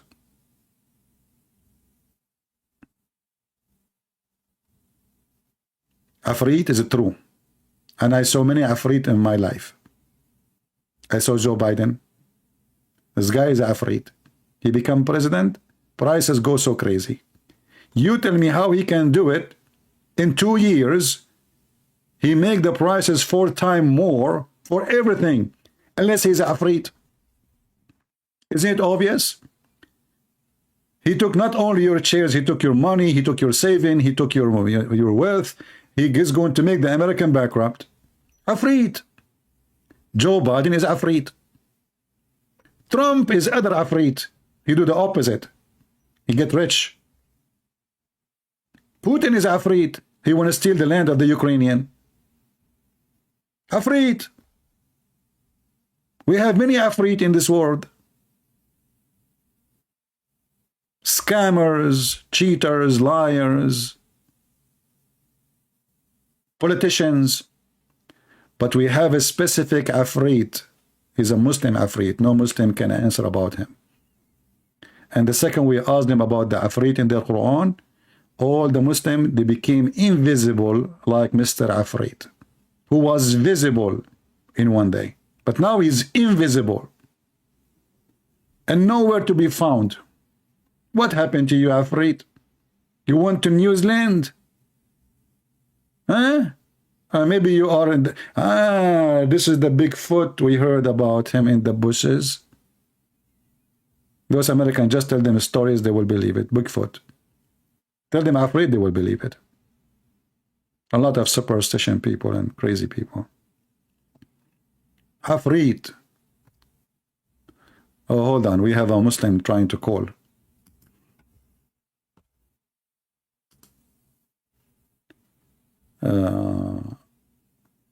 I would like to speak to you. All right, let us call this Muslim, guys. I thought we are done, but look like we have a customer.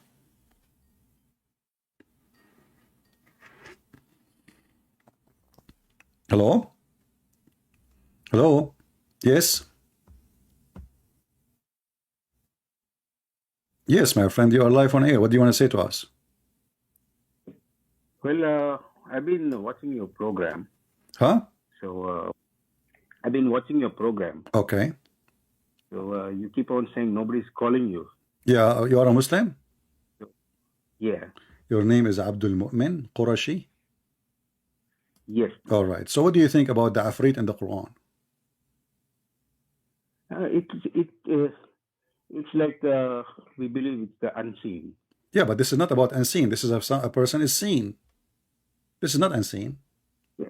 He was sitting there. Like sometimes it's like, you know, moral stories which are transmitted. No. You see. And like how okay. So the Bible, first of all, parables. can you tell me what is Afrit? What is the word Afrit mean? Afrit is like the big genie. He's a big genie.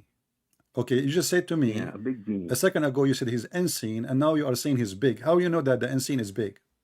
If he's unseen. Because this is what we've been imagination, like, you know. Oh, so you must have your imagination imagine people he is do not this. true. This is imagination. So your imagine he's big.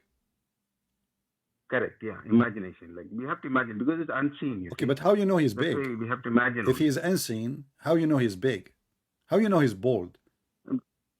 Yeah, that's a good question, but I don't have the answers for it because it's an All right. unseen thing. Okay, but this Afrit in the story in the Quran, he steal furniture. Why Sulaiman? He want Afrit to steal his furniture, the furniture of the women who live in Yemen.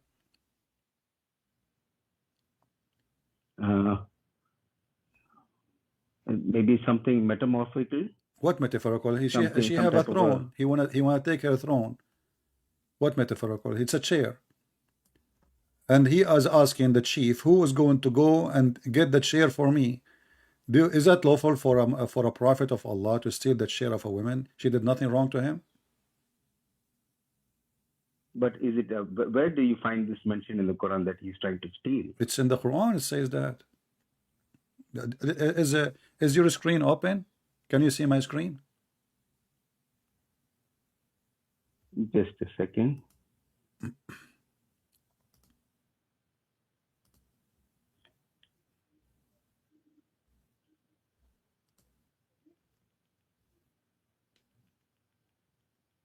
Yeah, I can see your screen now. All right, chapter 27, verse number 38. By the way, I welcome Mr. Abdul Mumin. He sounds like a nice gentleman, correct, guys? And we welcome always Muslims who want to have a conversation with us. The one who don't want to curse, the one who want to have a conversation. So I really welcome Mr. Abdul Mumin to join us. Thank you for calling, Abdul Mumin. Go ahead. So chapter 27, verse number 38, it says, Sulaiman, he said, O chief, which one of you can bring me her throne before they come to me surrendering? He want them to surrender to him. They did not do anything to him. And in obedience, we don't know why, and he want her throne. One of the Afrit, which means he have many of them, he said, I will bring it to you before your rise from your place. Look how fast he is. This Afrit is so fast, brother. He can go all the way from Jerusalem all the way to Yemen and bring the throne back round the trip before Suleiman even he can stand from his chair. Like how long it take to stand from the chair? Few seconds, correct? Yeah. Okay, so let's say 10 seconds. So this Afrit, he can travel in a very extreme speed, and he come back with the chair before even Suleiman he stand up. What do you think? Yeah, because as given he's a genie, so for him, like, distance doesn't really matter, I guess. So how, the genie is so fast? Probably because he can fly, he can just appear and disappear. How he can fly? In a click of a second. But he have no wings. You Muslim, you have him as a fat guy. He's big, he's bold, he's heavy. So how he fly? Well, you have to watch the movie Aladdin then, I guess. Well, this is You can Aladdin. get some This is imagination Aladdin. of But that. even Aladdin, it take him. You see, just to go with you, the Quran says that the flying carpet of Solomon, which is extremely fast, it take 1 month journey by noontime. 1 month journey is the distance of people used to measure by traveling by walking. At that time, there's no airplane, correct?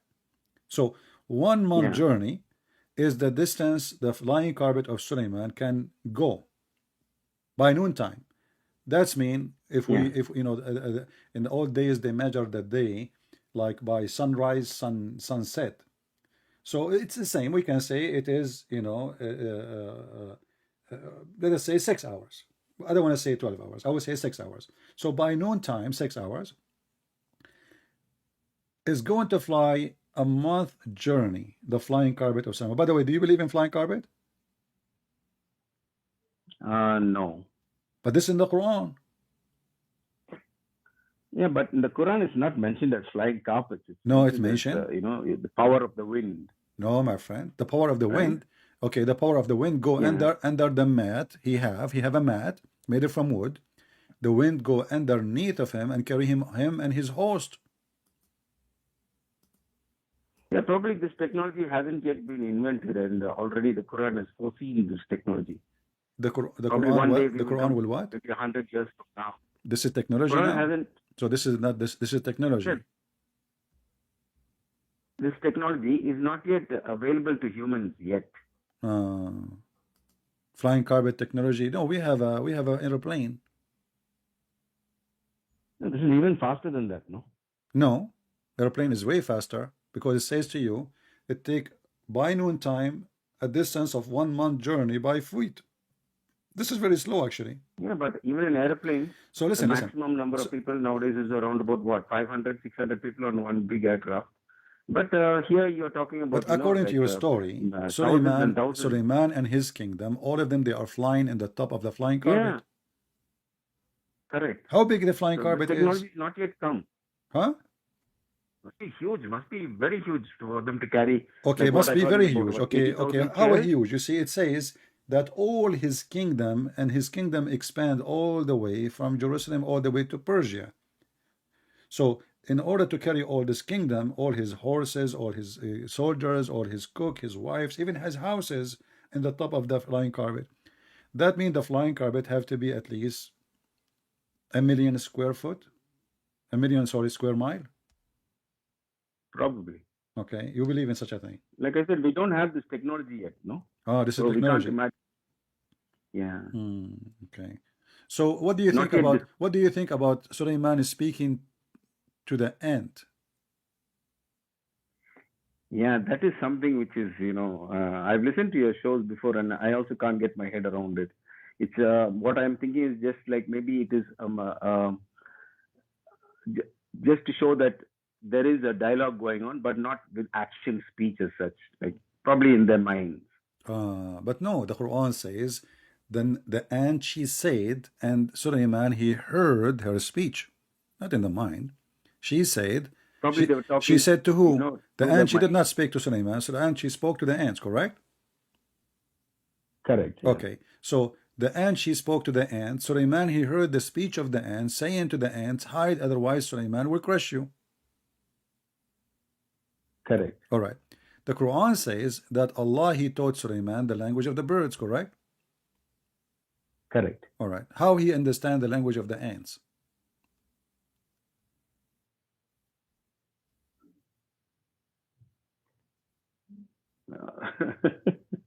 I don't have an answer for that, honestly. You don't have an answer, or this is laughable and just why you laughed? You laughed. I heard you. No, not that. No, you go laughed. You into the laughed, minute- my friend. You laughed. Why I you did laugh Is it laughable? Let us be how honest. you- Abdul Mumin, I like you. You are a nice person. You did laugh for a reason. What is the reason? The reason is it's funny. That's why.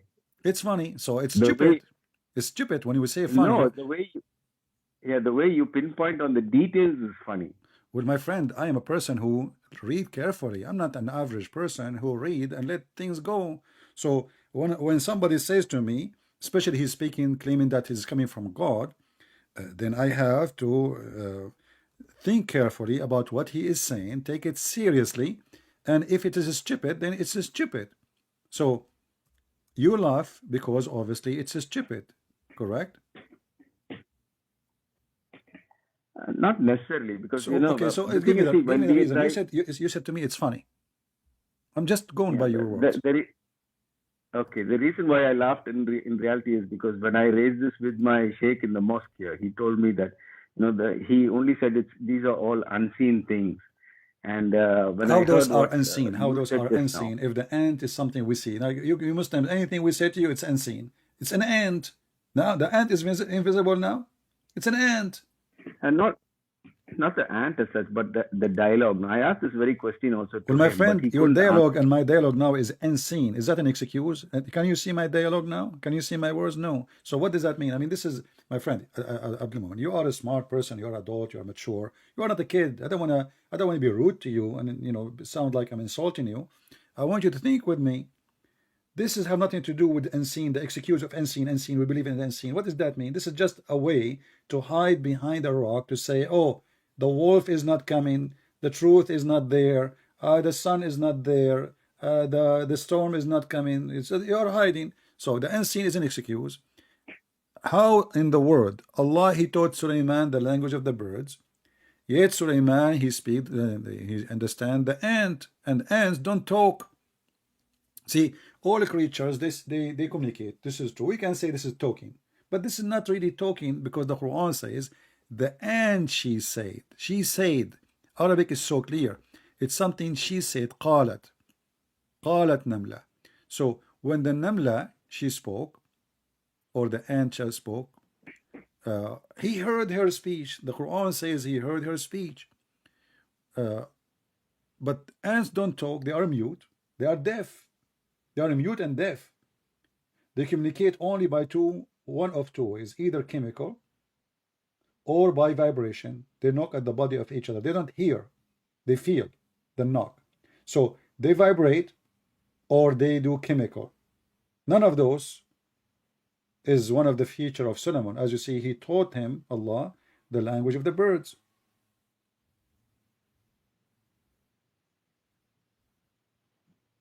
And then in that case, I'll have to say, with the carpet story, like this technology also hasn't been invented yet to be able to. So now communicate anything with, we say, it's funny, and you yourself, you laugh at it. You say, now it's technology.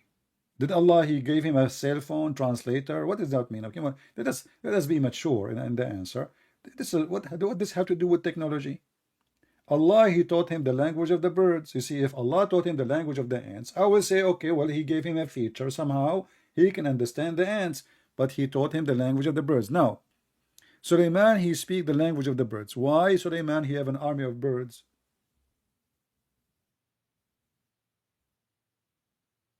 probably this is metamorphical for like aircrafts and animals. You are making like, things up now. flying. You see, you're trying to avoid it. It says Yeah, he because have a I host. don't have answers to give no, you. my friend, read with me carefully. have- It says, read carefully. And there we gathered before Sulaiman. So it's a location. We gathered them before Sulaiman, his host, his army of jinns and men and birds. Why? Jinn are shaitan. Why Shaitan is in the army of Sulaiman?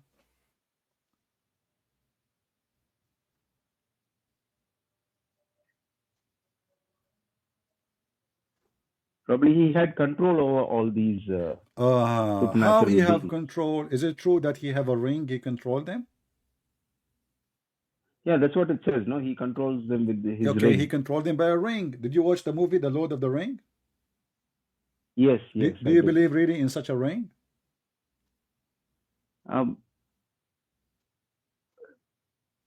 We have to believe whatever is given in the Quran. We have to believe. We have Oh, no so you choice. believe now there's It is. We have Sulaiman, to he is the believe. Lord of the Ring, and he control all genies, mankind, birds by the ring. That's what it says in the Quran, right? Why Muhammad don't have that ring? Because he's not Solomon. Only Solomon he can do that. Yeah, only Solomon was given that power. Is it Each prophet was is it given true? different powers. Is it true that when Sulaiman he went to his bathroom, he gave his ring to his wife, and then Shaitan he took the look of Sulaiman, and then he took the ring and he became a king?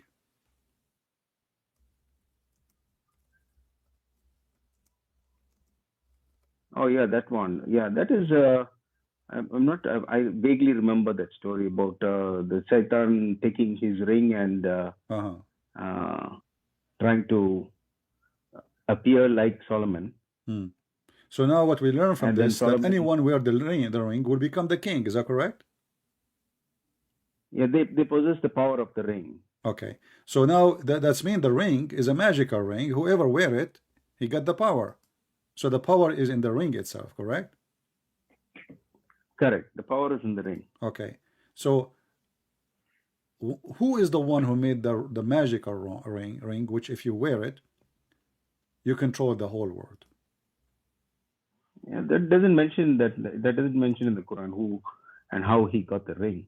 No, it mentioned that Allah is the one who gave him the power. Correct? The ring? No, he gave him the power. Allah, he gave him the power. But regarding the ring, it doesn't mention, right? Yeah, but Allah, he gave him the power, correct? Yeah, of course. Everything is from Allah. Allah, he gave him. Allah, he is... gave him the power, and how he gave him the power? By giving him a ring. Okay, yeah. If you put it like that, yes. Logically speaking. But yes. do you think there is a wrong in the design? Because Allah, he gave him a ring, supposedly, so Sulaiman would be the king, right? And then Shaitan, he wear it, and then the king became the Shaitan. Probably it was a lesson for Solomon to learn. This is what? A lesson for Solomon to learn about. So Allah, he made the ring this way. Anyone can wear it. Do you think that somebody will find this ring one day and will control us too? It might not be a ring, but it might be like, for example, today the world is controlled by internet. So each one has a mobile. So the ring of Solomon today is something like that too. The ring of Solomon today is Google. It can be like a power of media nowadays. You see, but the ring is made by Allah. Is the internet made by Allah? Everything is from Allah's wisdom. Everything from Allah. I just came from the bathroom, you know. So, everything from Allah. What does that mean? My friend, focus with me. The story in front of us here. Let me show you. I put it for you on the screen.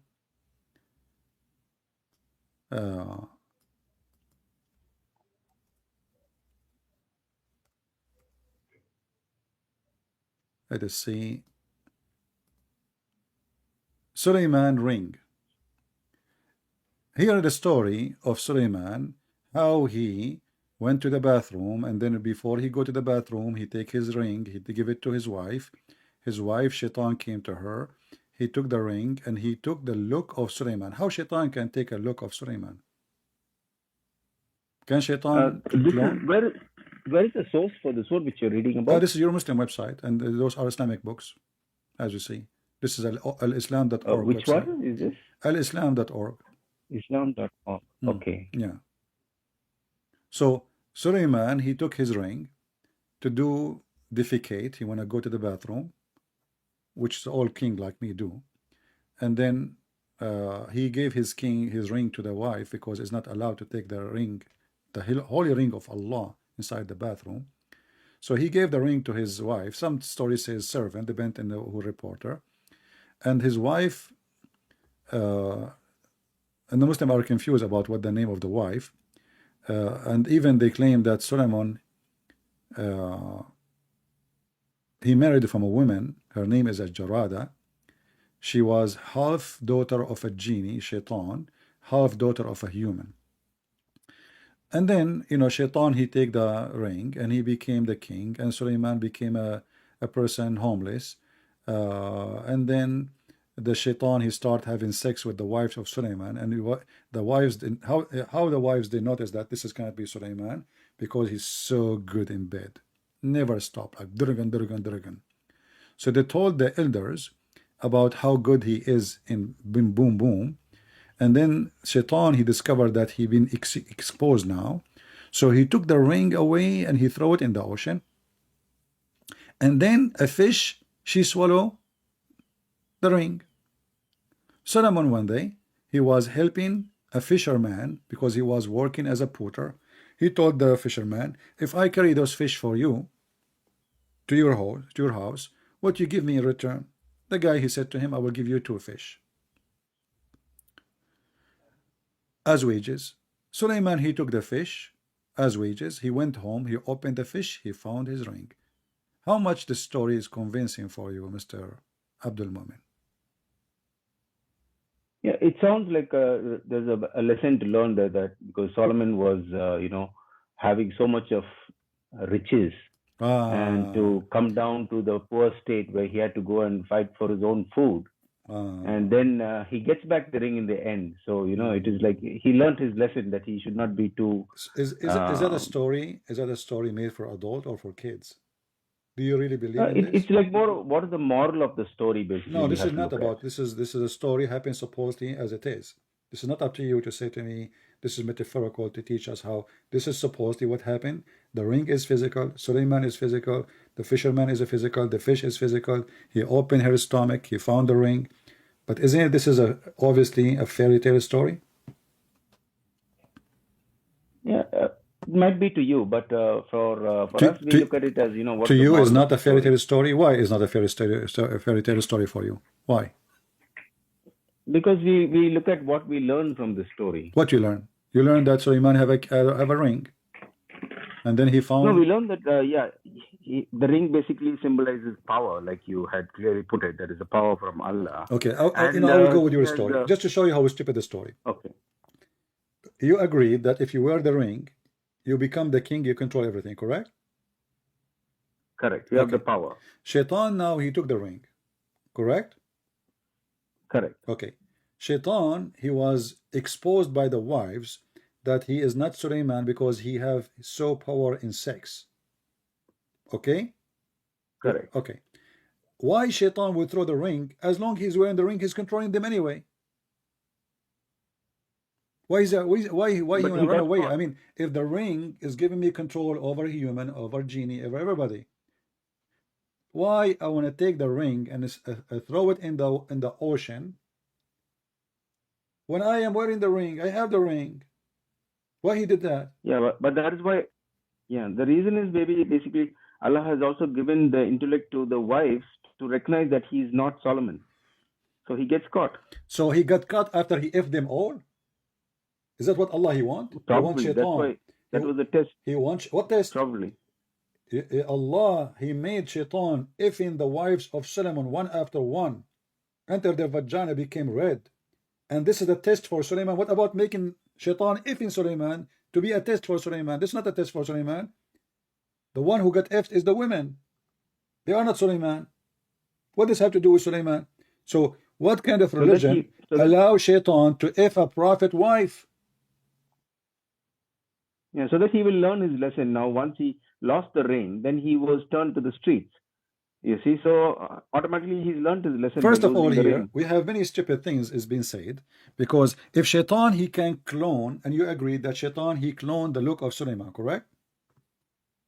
Correct. Okay, how we guarantee that the one who came to Muhammad is not the same Shaitan and he cloned the look of Jibreel.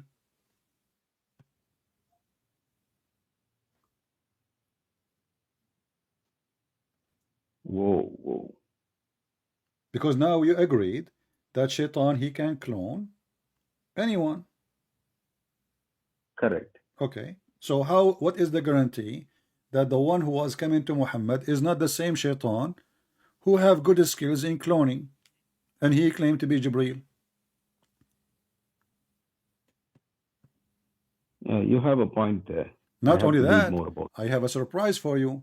Isn't it your prophet, he said that he received satanic verses from a Shaitan, his name is Al-Abyad, who he came to him in the image of Jibreel.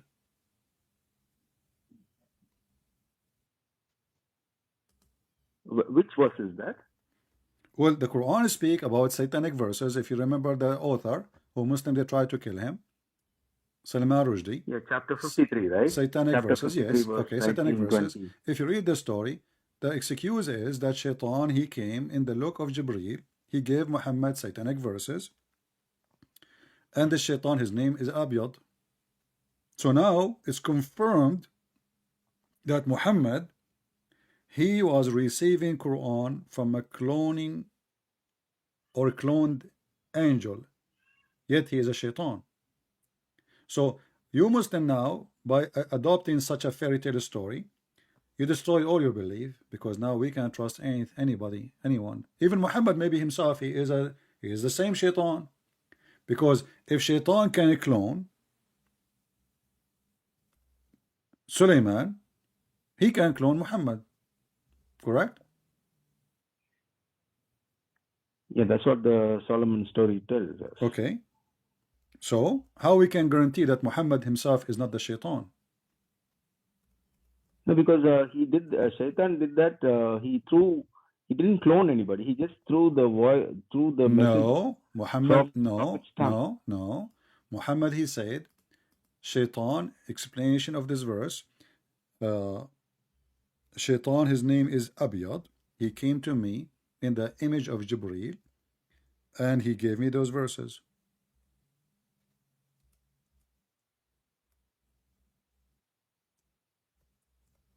Yeah. So never did we send a messenger or a prophet before you, but he recited the revelation, narrated or spoken. Shaitan threw some falsehood in it. Yeah. So? Yeah. See, Shaitan, he just threw falsehood in what he was reciting. Yeah, but how he threw? So he didn't Shaitan didn't take any form. How Muhammad convinced? Because all you Muslim, you always say that Muhammad, he don't receive something in his head. He meet the angel, and the angel give him Quran. Correct? Correct. All right. So in order for Muhammad to receive those verses, he have to meet the angel in person as usual. Correct. All right. How the Shaitan he came? Muhammad, he confirmed. He says Shaitan, his name is Al-Abyad. He came to Muhammad, and he is the one who gave him the satanic verses. Correct. That's what happens. All right. See, so now, Satan, we have two angels. One, his name is Jibreel, and one is Shaitan. Both, they look the same. Correct? Yeah, but doesn't Jibreel come back again to? How we know that the one who came back? How we know that the one who came back is not the same Shaitan? They look the same. Yeah, because he advises him and tells him, no, like, why did you speak those words? I didn't give you those words. He confronts him with this is actually additional proof that Muhammad is a satanic man. Because if the angel came to him right away before he do it, don't the angels is watching? Isn't the angel watching? Isn't it Allah watching what is Shaitan is doing? Why he waited until Shaitan? He took the image of Jibreel. He come to Muhammad. He delivered the verses, and then 2 weeks, 3 weeks after, angel he come to him. He says, Muhammad, what you did, this is not me who spoke to you. Shouldn't he right away says to him, this is not me?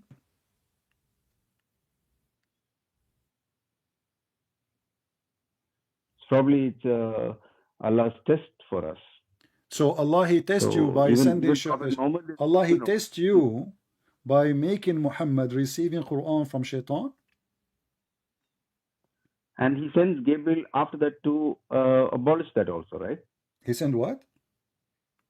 He sends Gabriel. How you know After it's that. Jibril? Now we cannot trust Jibril because now Jibril it can be the same shaitan.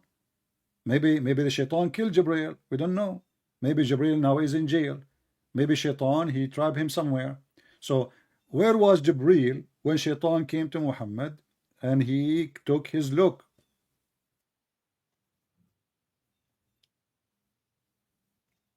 Isn't you Muslim believe that angel is always accompany even normal Muslims? Correct? Correct. Okay. Now this is Muhammad. Do Muhammad have an angel? His name is Jibril. Accompany him or not? Yeah, but every Muslim we believe that we have a Satan also with us. No, there is a Satan on our left shoulder and a Satan and a good angel on our right shoulder.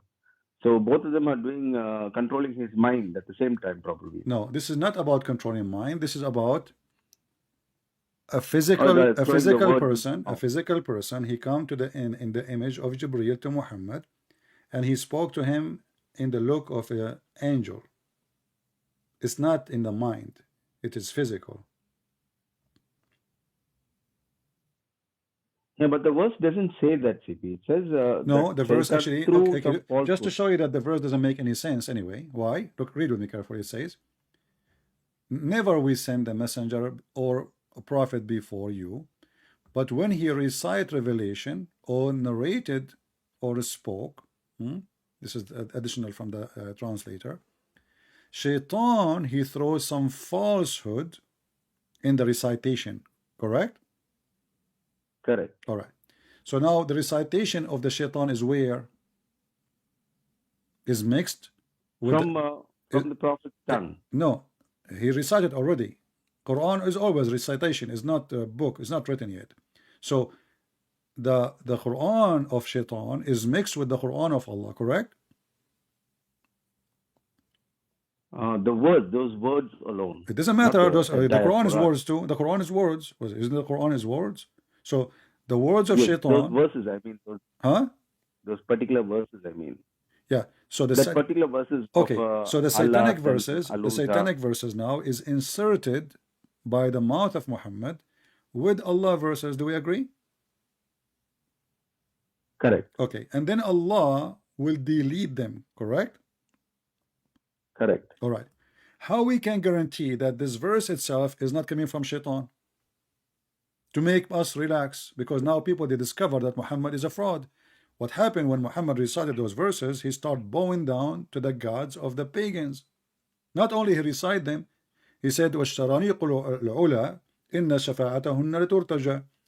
Those are the three daughters of Allah, the high, their intercession to Allah is required. And he bowed down, and all the pagans bowed down with him.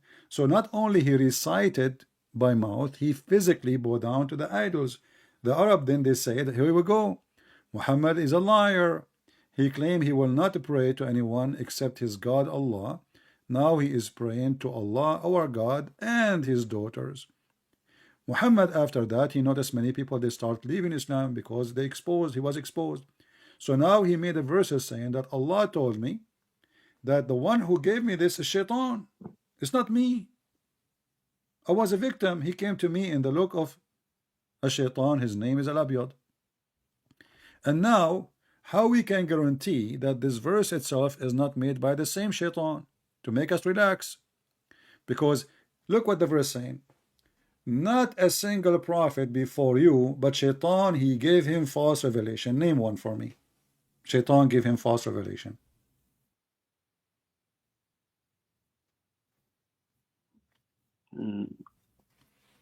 Satan gave who false revelation? According to the verse, yeah, every prophet before Muhammad, he received satanic verses. Name one prophet he received satanic verses.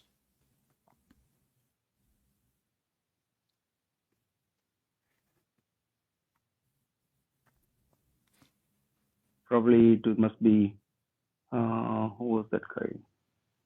You mean for prophets from mentioned in the Quran or any prophet if you wish? I don't know. You can tell me even Trump. I don't care. A person you consider him as a prophet. This is story never happened to anyone. This is only for Muhammad. Receive satanic verses. He recite them. He say them, and then he waited a few weeks. And then, where was Jibreel all this time? And and don't you Muslim, you say, no one can make Quran save Allah?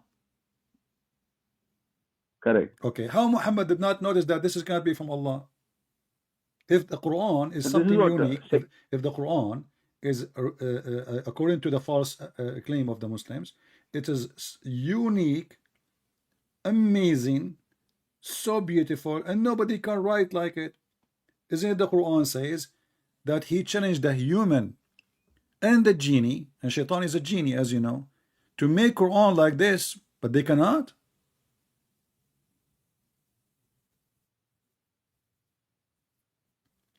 Yeah, he's talking about the entire Quran, not just one or two verses. No. He said surah.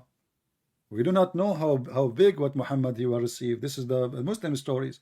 So if I can make a sentence like Allah, then I can make a surah, because surahs is many sentence. I will make one sentence, one more sentence, one more sentence. I have a surah.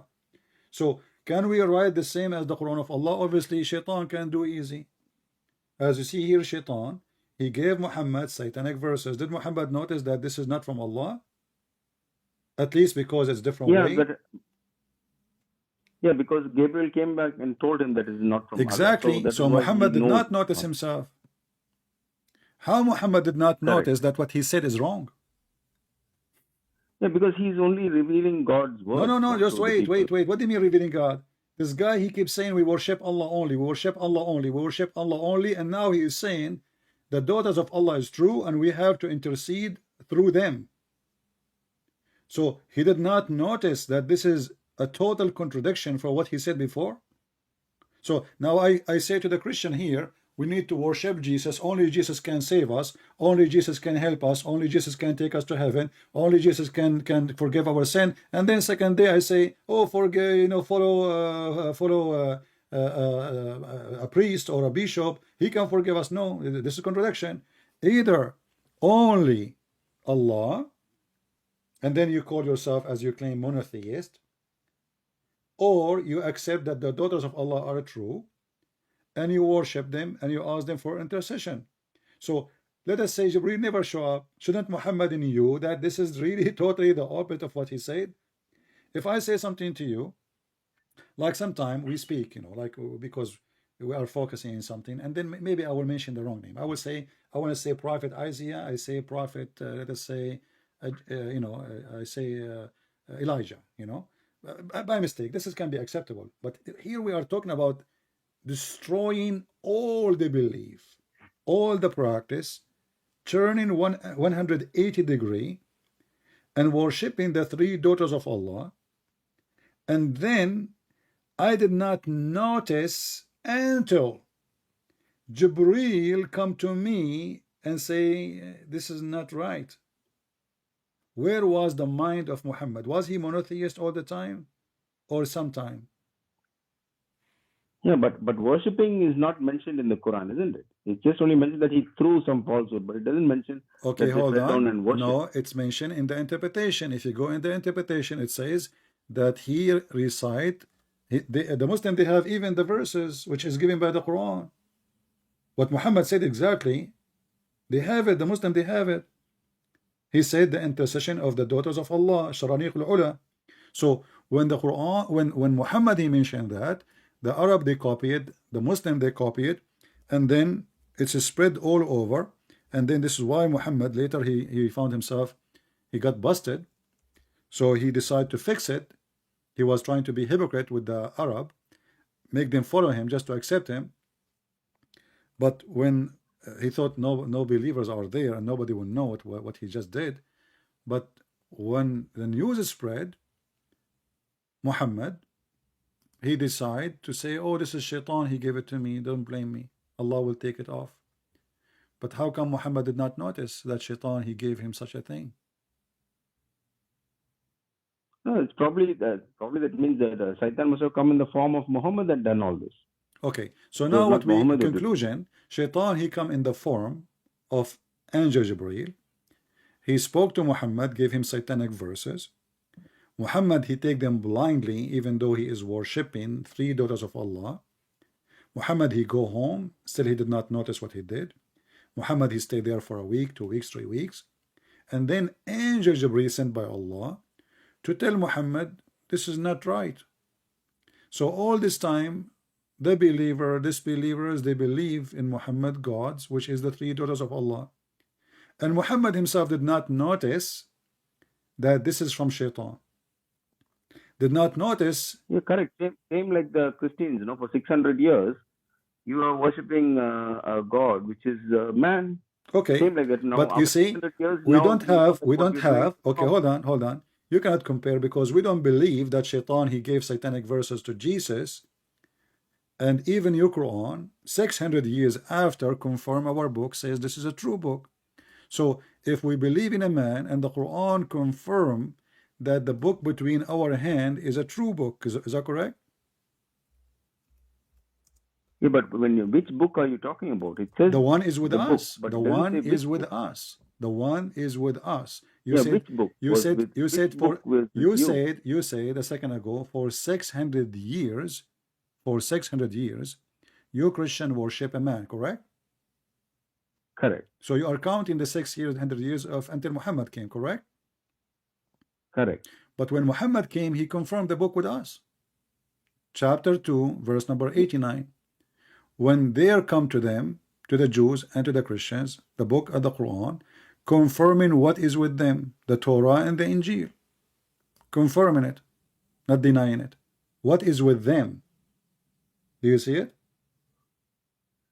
Yeah, I see this. Okay, so the Quran, 600 years, actually the translation is false. In Arabic it says musaddiqun lima ma'ahum, which means believing in what is with them, not just confirming. There's a huge difference between confirming and believing. So Muhammad is coming as a believer in the Torah, believer in the Injil, which is with us, not with him. Correct. So how that can be corrupt? And this is the book after Jesus. 600 years after, the Christian believe that Jesus is God.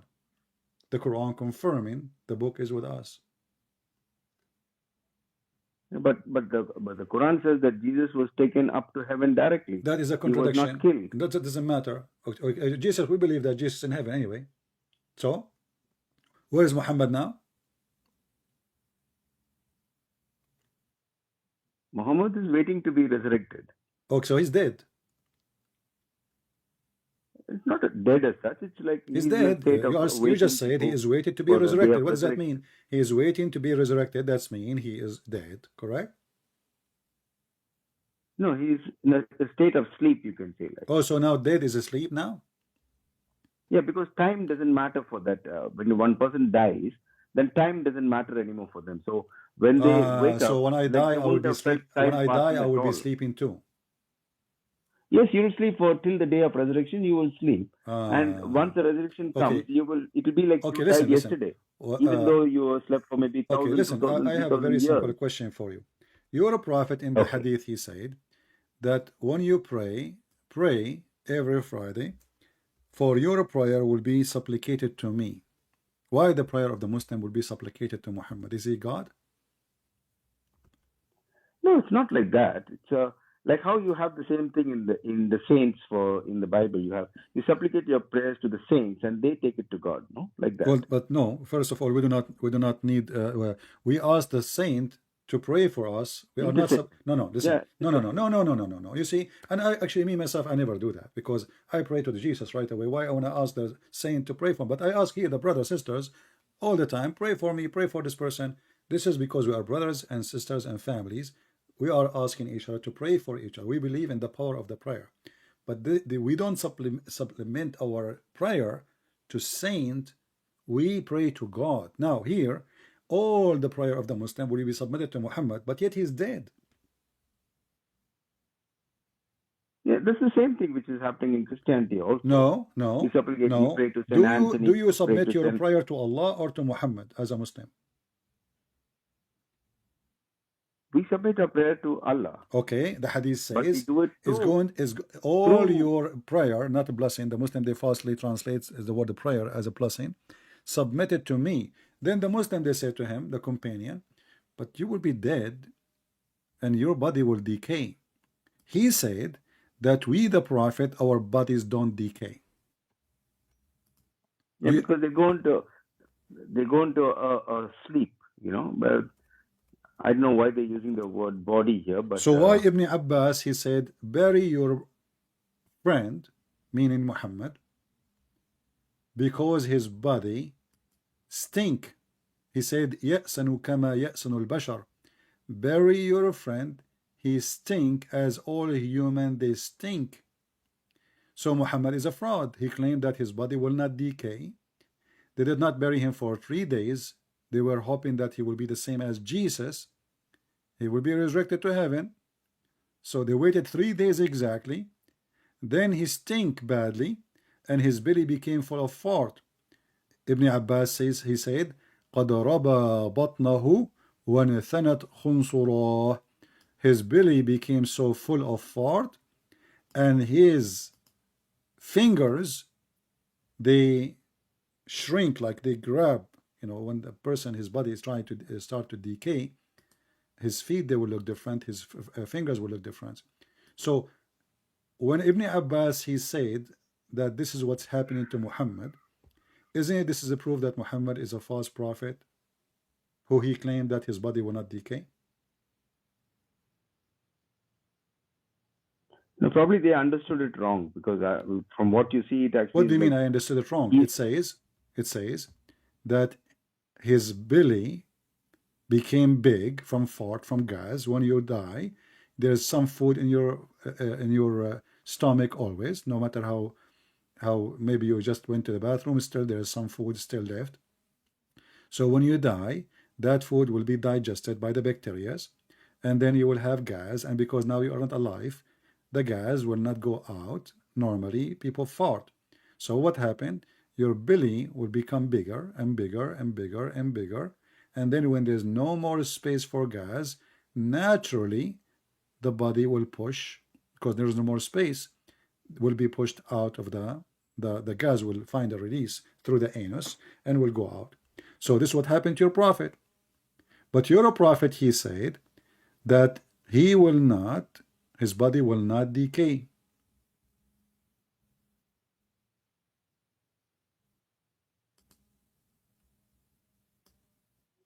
If you want me to show you the reference, I can show you as many references as you wish. He didn't say that. Huh? The hadith says that. What? They're asking him that question. The people are asking him the question. How can our blessings be submitted to you when your body has decayed? That's what the people are asking him a question. Yeah. But the Prophet says that Allah has prohibited the earth from consuming the bodies of the Prophet. He hasn't mentioned anything about decay only, just about consuming. No, he says consuming. They are asking about decay. He said cannot consume it, which means decay. My friend. No. This is my friend. You are reading a translation, and this is your Muslim translation. What was the question is? How we can do that when your body will decay? He says, correct. Allah forbid the earth from consuming the bodies. How the earth consuming the bodies? Decay. You became dust. So don't tell me it doesn't say decay. You will not look good with it. Anyone who is watching, he knew that now you are not being honest with me. It's about him being decay. Actually, in some hadith says that when Muhammad he died, in less than a day and a night, not 3 days, a day and 1 night, which means 24 hours. The day is daytime, the night is nighttime. So in less than 24 hours, Muhammad, his belly was full of fart, and he changed. The skin changed, the look changed, everything of him changed. Yeah. So CP, this portion which you're discussing here is this. I see. Yes, there are certain things which don't make sense here in this hadith, but if you look at the what the context is basically is like how Christians you pray to saints. Something We similar don't. I like answer that. about this. Don't repeat that. Don't repeat the same. We don't pray to saints. Saints are like us. No, They I've are seen some no, of my my friend. friends. Saints themselves, they ask God for forgiveness. So when we say saints, we are talking about the best of us, who they are. They give their life to God, serving people, but doesn't mean they are not sinners. All of us, we are sinners. The Bible says it clearly. All mankind are sinners. Nobody, no Correct. exception. So Correct. don't that is not to you see. We are going from a place to place, and everything shows us that Muhammad is mentally ill and he's a liar. Let me ask you, Shaitan, he appeared to Muhammad and he gave him satanic verses, correct? Correct. In the image of Jibreel, correct? Uh, that doesn't mention in the Quran. It just says he threw in No, the in the hadith, in the. your prophet says that Shaitan ismuhu al-abyad atani. He explained why. You can go and read the interpretation of the Which verse. hadith is that? Read the interpretation. Shaitan, his name is al-abyad. He came to me. Go to Al-Razi as an example. If we go to Al-Razi right now, we will see the interpretation says that Shaitan, his name is Al-Abyad. He came to me and in the image of Jibreel. Do you want me to show you the reference? Yes, please. All right. Let me find it.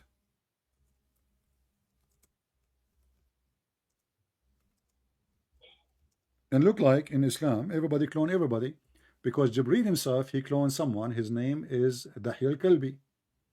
So now we have two Dahi al-Kalbi, which is very weird. Yeah, that's because Jibreel came in a human form, isn't it? Doesn't matter. Well, here we go. So now Shaitan, he come in the image of Dahi al-Kalbi or in the image of Jibreel, the same Jibreel as we know. Doesn't matter. Everybody can clone everybody. How we can trust anything?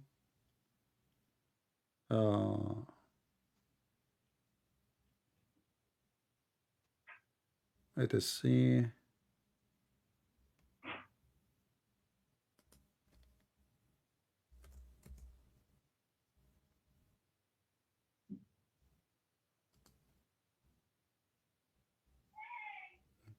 All right, let's show one by one here.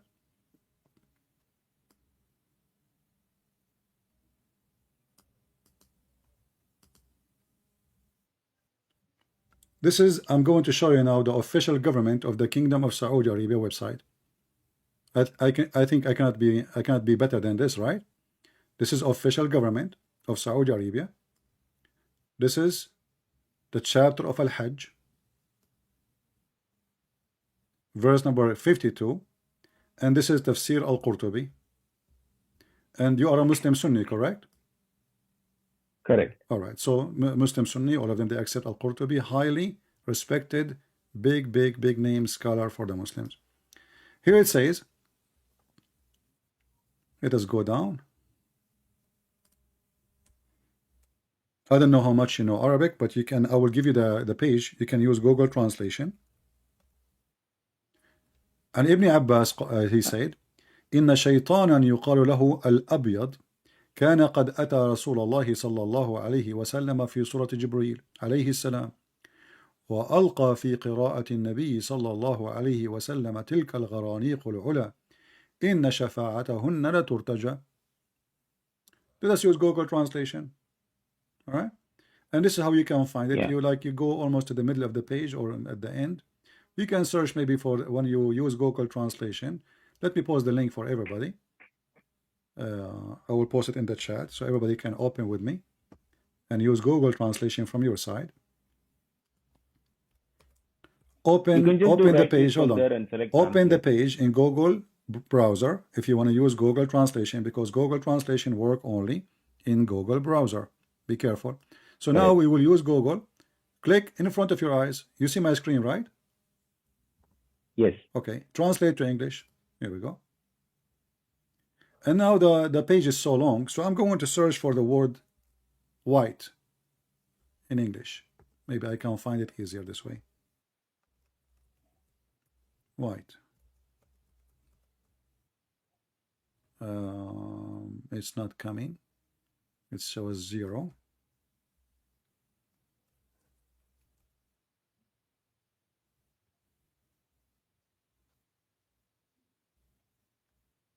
Here it says Shaitan he throw in etc.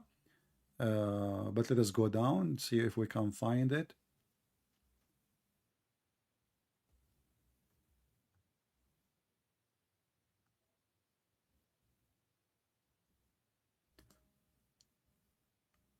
Satan through his wish. Abu Bakr bin Abdul Rahman ibn etc. al-Harith al-Hashim, he said, the Messenger of Allah, Allah pray on him and salute him, when he said when the star it fall, when he reached to, do you see Allat and Al-Uzza and Manat and the other third?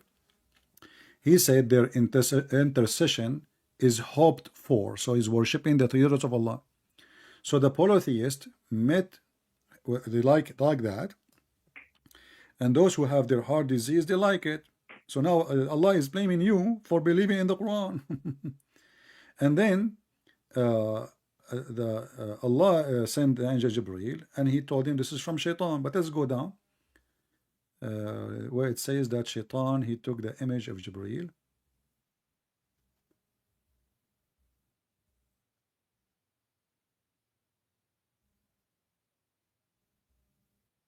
Yeah, but it mentions the see. So the polytheists met him. Yeah, all they are worshipping now whose the same heart God, with a because disease. the polytheist, my friend, your prophet is a polytheist. You Muslim are polytheist. You never worship one God anyway, and I can prove it. But let's finish this one first. So as you see, your prophet, he mentioned the three orders of Allah, and he said their intercession is a must, and he bowed down, and they bowed down with him. But what make it more horrible, where it says that Shaitan, let us see if we can find it. The problem it's appearing here in 331 time. So we need to find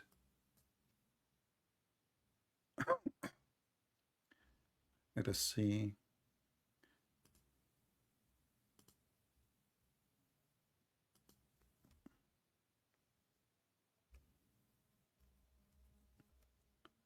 Maybe if we search for Gabriel, we can find it in the page.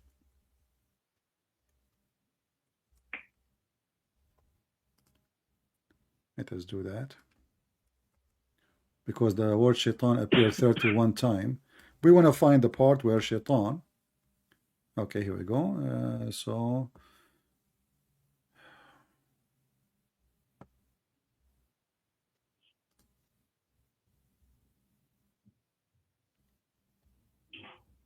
I never saw the prophet here. He mentioned Al-At al-Uzza, and he worshipped them. Okay, and then he bowed down, yeah. And then Allah he sent down Jibreel.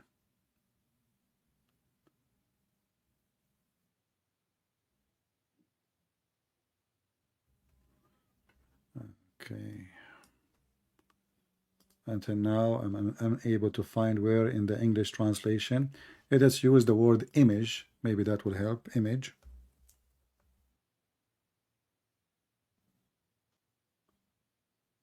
Zero translation. I don't know why the translation is not showing.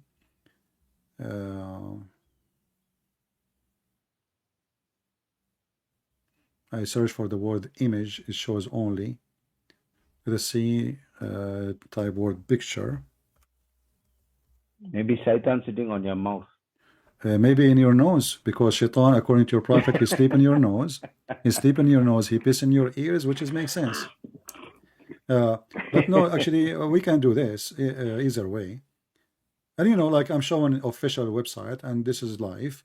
If I'm lying, people will laugh at me, correct? So here, correct. If we go here, I can do this actually. I will go here, and I will copy without translation the whole page, because the whole page is so long.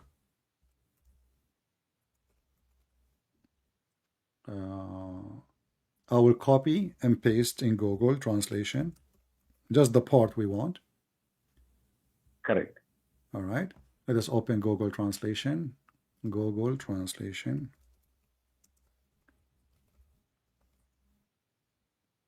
All right. I will copy in the front of your eyes. Do you see my screen? Yeah, I see it. But there looks like there's a delay, because after you, at the moment, what I see is now only just highlighting one word. One word, exactly. I will highlight a whole sentence to the end until there's a dot, which means the end of the conversation. So I will copy from here. Okay. وقد قال ابن Abbas, and Ibn Abbas, he said that a shaitan, his name is Al-Abyad, he came to the Prophet in the image of Jibreel, peace be upon him, and he gave the Prophet those verses that the high shrine or the high daughters of Allah, their intercession is a must. I will copy in front of your eyes. I will move to Google Translation. Here we go. Google Translation. In front of your eyes too. Translate from Arabic to English.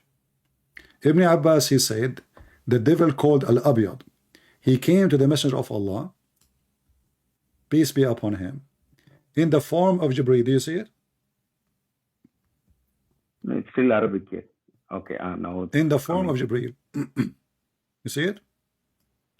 And actually, maybe now. Yeah, Ibn Abbas said a devil came.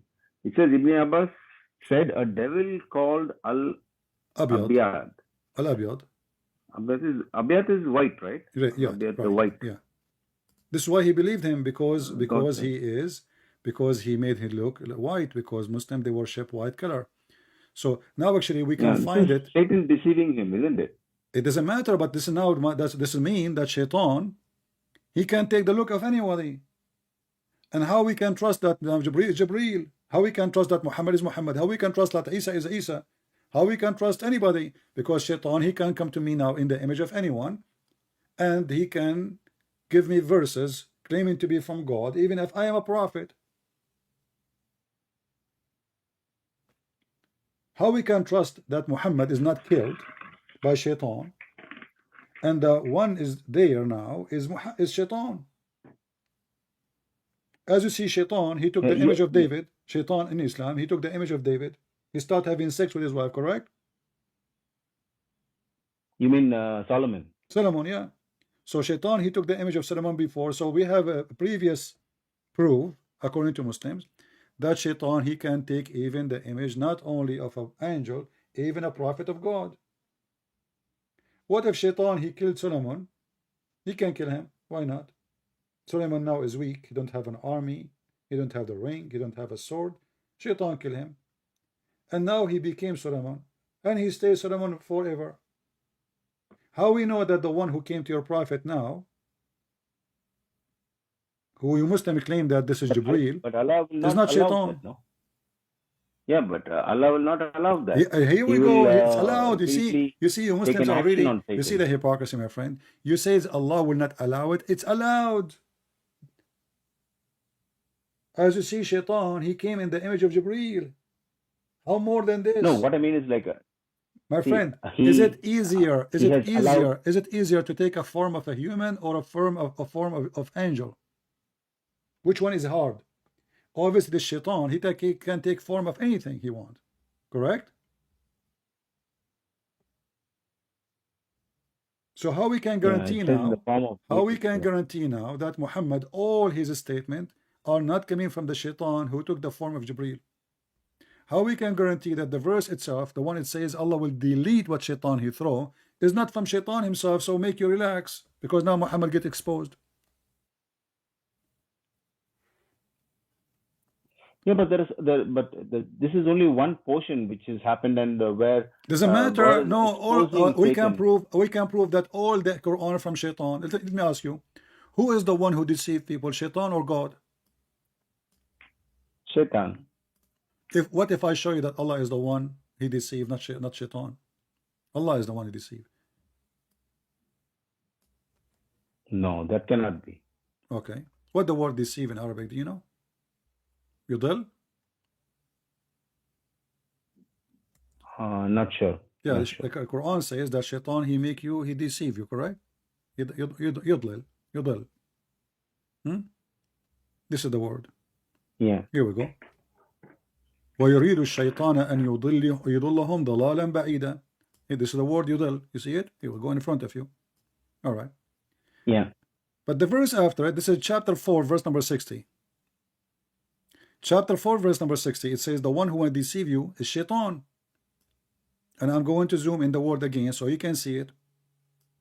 The same chapter saying that the one who deceives is Allah. Chapter 4, verse number 88. It says, can you put this in English so I can see it? Yeah, Please. in English. Here we go. I'm showing you your English translation, your Muslim translation, not mine.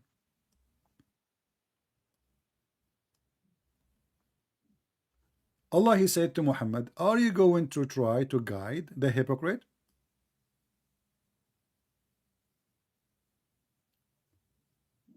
Allah has Whose cast them. translation Hold is on. this? Who is the one who cast them in disbelief? Allah. And then he can continue saying, because of what they earned. Okay, what they earned. You are the one who cast them. Do you want to guide him who had Allah had made him go astray? What astray mean in English? Go away from the straight path. Exactly. Who is the one who made them go away from the straight path? God has done this. Allah. Same thing. This is the same thing in Christianity also. No, no. Jesus, Yeah, no, in for example, Christianity, for God he in loved the the New- world. No, for God he loved the world. God, the Father, he sent his only begotten Son to help us, to guide us, not to deceive us, to save us. That's why we call him the Savior. Your religion says Correct. that the one who cast the one who disbelieve out is Allah, the verse in front of you. Yeah, but in the gospel also, in the book of I think one of the My friend, you do not know your religion. How you want to teach me how you want to teach me my book? Do you know your book? Here we go. You are in disability. No, I'm talking about No, I'm similar, telling you, something we don't similar have any I'm talking Christianity. about. No, we don't have such a thing. God is our Father. That's why we pray for him. We call him our Father in heaven. Why? Because he loves us. He's not the one who deceives us. So here, who is the one who made somebody disbelieve? I ask you, who is the one who make people disbelieve? You said Shaitan. Correct? You agreed. Didn't you agree? And you Yes. said Shaitan? Yes. Okay. Now read with me. Who is the one who cast people in disbelief? Allah. No, see, the thing here, there's a point here in this. It says, do you want to guide him whom Allah had made to go astray? Okay. So this is the same similarity which you have in Christianity also, which says that only God has already chosen. Whoever is going to go to heaven is already No, chosen. my friend, this is You not don't about have no. any You right to- don't explain my book for me. Don't explain my book for me. When God, he says he's a chosen people, he said, come to me, knock at my door, I will open for you. The chosen one is the one who they come willingly, not him forcing them. Come to me, knock at my door, and I will open for you. Jesus said, whoever believe in me and die will live. So you believe. Those are the chosen ones. So the chosen one who chose me. Not only I choose them. I don't have So the verses. it's not up to you. I know the but verses, my friend. This is my Lord. I will send you. This is I will my. send Don't you send and me. You type do not the need to send verses. me. I know what I'm talking about. So I choose them, for they choose me. Whoever believe in me, Jesus said, not everyone says to me, Lord, Lord, will enter the kingdom of my Father, but the one who do his will. So those I choose is the one who Correct. chose me. Those who I choose is the one who choose to follow me. Those who I choose, which means my choice, is their choice. It's willingly. So in Islam, no. In Islam here, and there we are talking about guidance, not the opposite. Here we are talking about the one who went in disbelief. Why they are in disbelief? Because Allah made them disbelievers, not Shaitan. So Allah is Shaitan. Why those people, they are hypocrite? Allah made them hypocrite.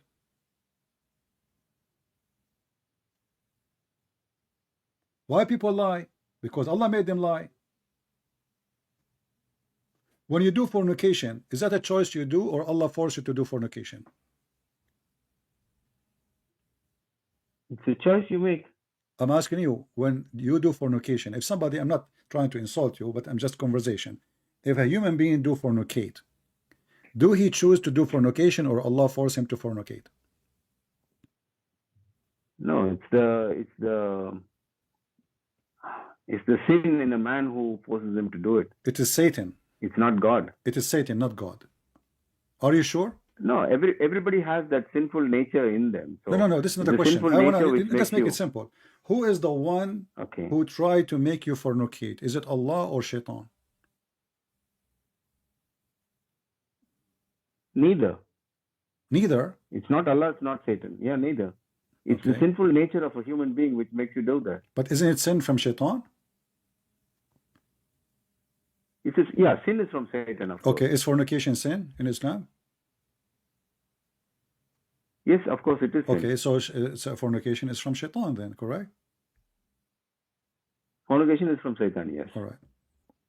But your prophet says no, it's from Allah. And read with He me. does? Your prophet says it is from Allah. Here we go, and this is Sahih Hadith. Yeah, but our Prophet also told the people Don't not tell to me write also, down a anything. second ago you said to me it's from shaitan and you agreed, and now this Hadith says, read carefully, read, I'm listening. Yeah, you know, Sayyid, I have raised this in my mosque Can with you read, my my friend? My friend, sheikh just here, read and from he it. told me. My friend, don't tell me what, read it first and tell me what sheikh told you. Go ahead. Yeah, I know this one. I have raised this one with the sheikh, and what they told So me why was you don't like, want to tell, why you don't these want to are read it? all. Why you don't want to read it? Does it say? Okay. Really, Allah has Okay. fixed the very portion of adultery which a man will indulge in, and which he of necessity must commit. The adultery of the eye is a lustful look, and the adultery of the tongue is a licentious speech. The heart desires and earns, which the part may not be put into effect. All right. Now tell me what your sheikh said about it. Go ahead. But he said that, you know, there are a lot of people who were against the Muslims who made all these type of hadiths. So now, this is what he told me. Okay, so now those are hadith made by the one who's against the Muslims. Yes, well, mainly he said. But who is the one who wrote the book? It's Sahih Muslim. The guy, his name is Muslim. He is the most highest scholar in Islam for hadith. This is very authentic hadith, and now you Muslim claiming that this hadith is written by the enemy of Allah, written by a Christian prince. Yeah, no, not you, but this no, me. I am enemy of Allah. Allah is shaitan for me. I am his enemy. I announce it. I don't hide it. I'm not a coward. So you are saying to me that this is not what your prophet said. The sheikh, he told you that this is written by the enemy of Allah.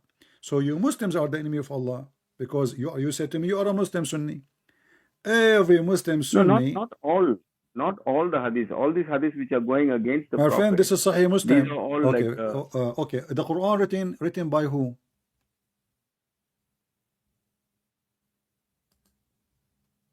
Quran written by, you mean the physical book? Yeah, the book. I mean, the Quran is coming from who? From Allah, right? So Quran is coming from Allah Ta'ala. All right. Is the Quran preserved, or the enemy of Allah, they put verses there too?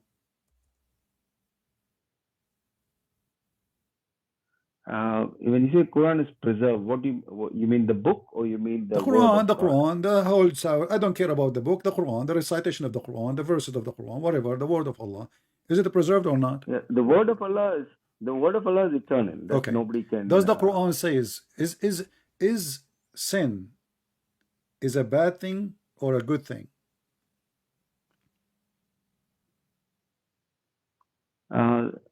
Sin. Is it a bad thing or a good thing? No, sin is a bad thing in any religion. And is in bad Muslim things also, sin is a bad. Is a bad things happen to you as a destiny from Allah or destiny from shaitan? No, bad things. No, I'm getting confused here. Sorry. Let me just make this clear. Okay, bad things is bad things as a destiny from Allah or destiny from shaitan? Yeah, but you're talking about the bad things which I do, or the bad things which happen doesn't to matter. me? Anything happen to you or you do, because bad things you do to others are bad things happen to others too. So I can go right now, kill somebody, he died. That's a bad thing for him. Maybe it's a good thing for me, but doesn't make any difference, for it's a bad thing happening. So bad things is a destiny made by Allah or made by shaitan? Bad things is a destiny made by shaitan. So why the Quran says bad things is from Allah? It does? Yeah. It says that? Oh yeah. That? Oh yeah. All bad things is from Allah. Chapter 64, verse number 11. Sorry, which one? Chapter 64? Verse number 11. 64:11.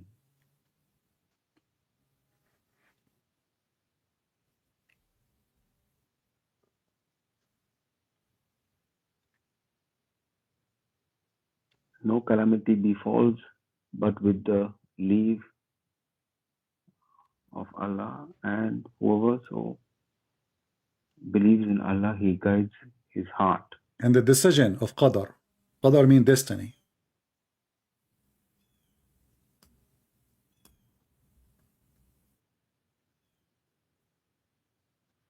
No calamity befalls but with the leave, decision.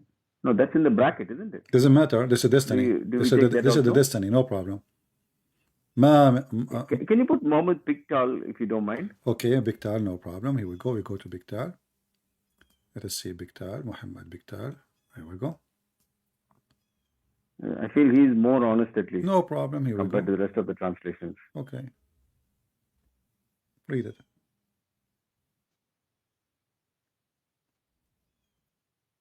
It's still the same, it didn't change yet. Okay, it's changing now. Pictal. Yeah. No calamity befalleth save by Allah's leave. Yeah. So they're talking about a calamity here. They're not talking about sin, is it?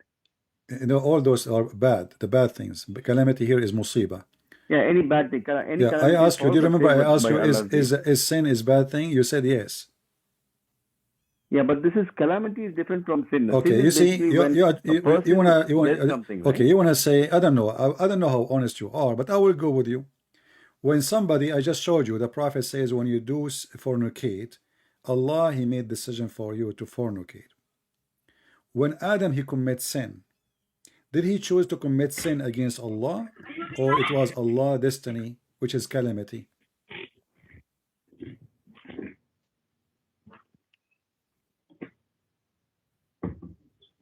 Do you hear me? Yes, I'm just Okay. contemplating on what you So said. when You're saying Adam that when commits committed sin, sin, Adam, focus with me. Adam commits sin. yes, Did he commit sin yes, as a predestiny, calamity from Allah, which is a sin decided for him to do, or he choose to do yeah. sin against the will of Allah? He chose to do the sin which Well, this Satan is had not tempted what your him. prophet said. Your prophet, he says that Allah, he made Adam commit sin, and Adam and Moses, they have a debate. Moses, he says to Adam, because of you we are out of heaven. Moses says to Adam says to Moses, are you blaming me for something written in my fate, in my destiny, 40 years before Allah he created me? And this is the hadith which is very authentic from Al-Bukhari. What say you? Yeah, this is saying something totally different now. This is the opposite of what we've seen in the as per the destiny. This is Al-Bukhari. Are you going to tell me now this is written by the enemy of Allah too?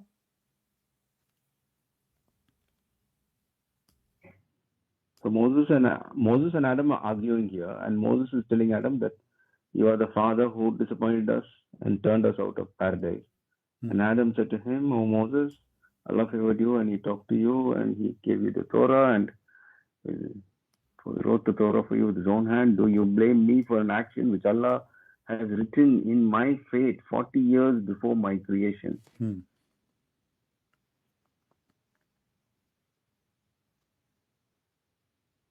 So you mean to say that Allah has already decided that Adam will commit sin? Yeah, this is what destiny. You don't do sin. It's Allah decision.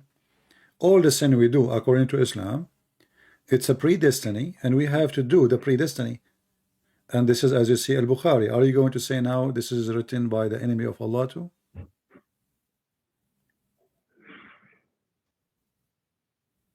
This is hard to believe. It's hard to believe. It's stupid, How can actually. that be? How can It's stupid because how can simply it be like this?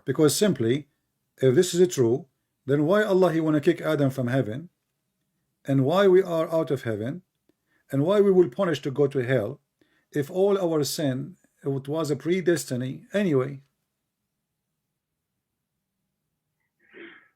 There's a video. But why does the of Prophet Mufti repeat Menk. that three Listen, times? listen. Did you watch the video of Mufti Menk Mufti Ming. about destiny? Regarding? About destiny. You can search it and watch it.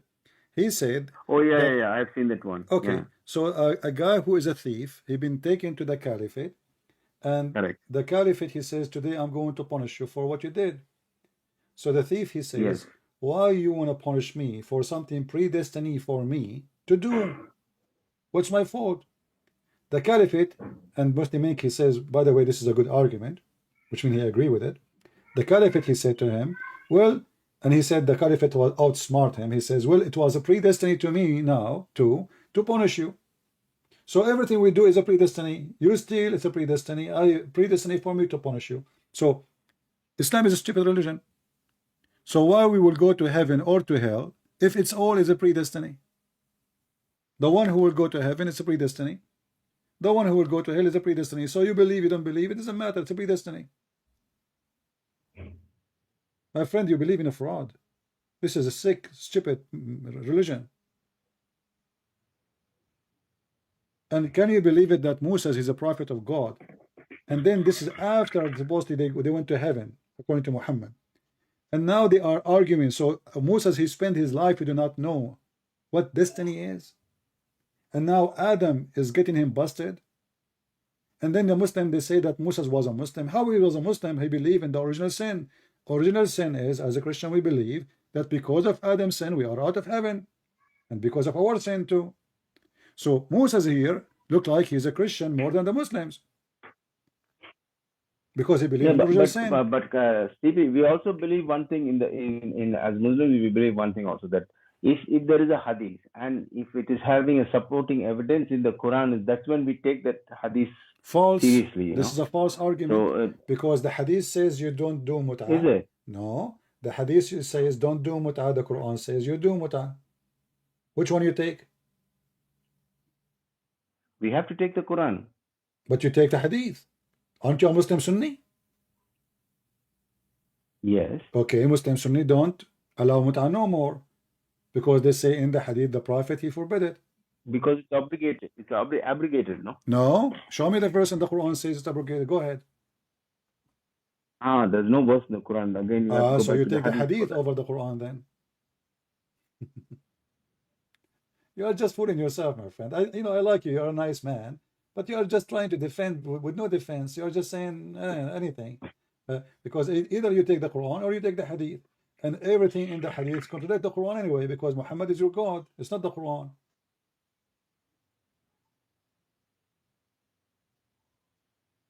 Yeah, this doesn't make...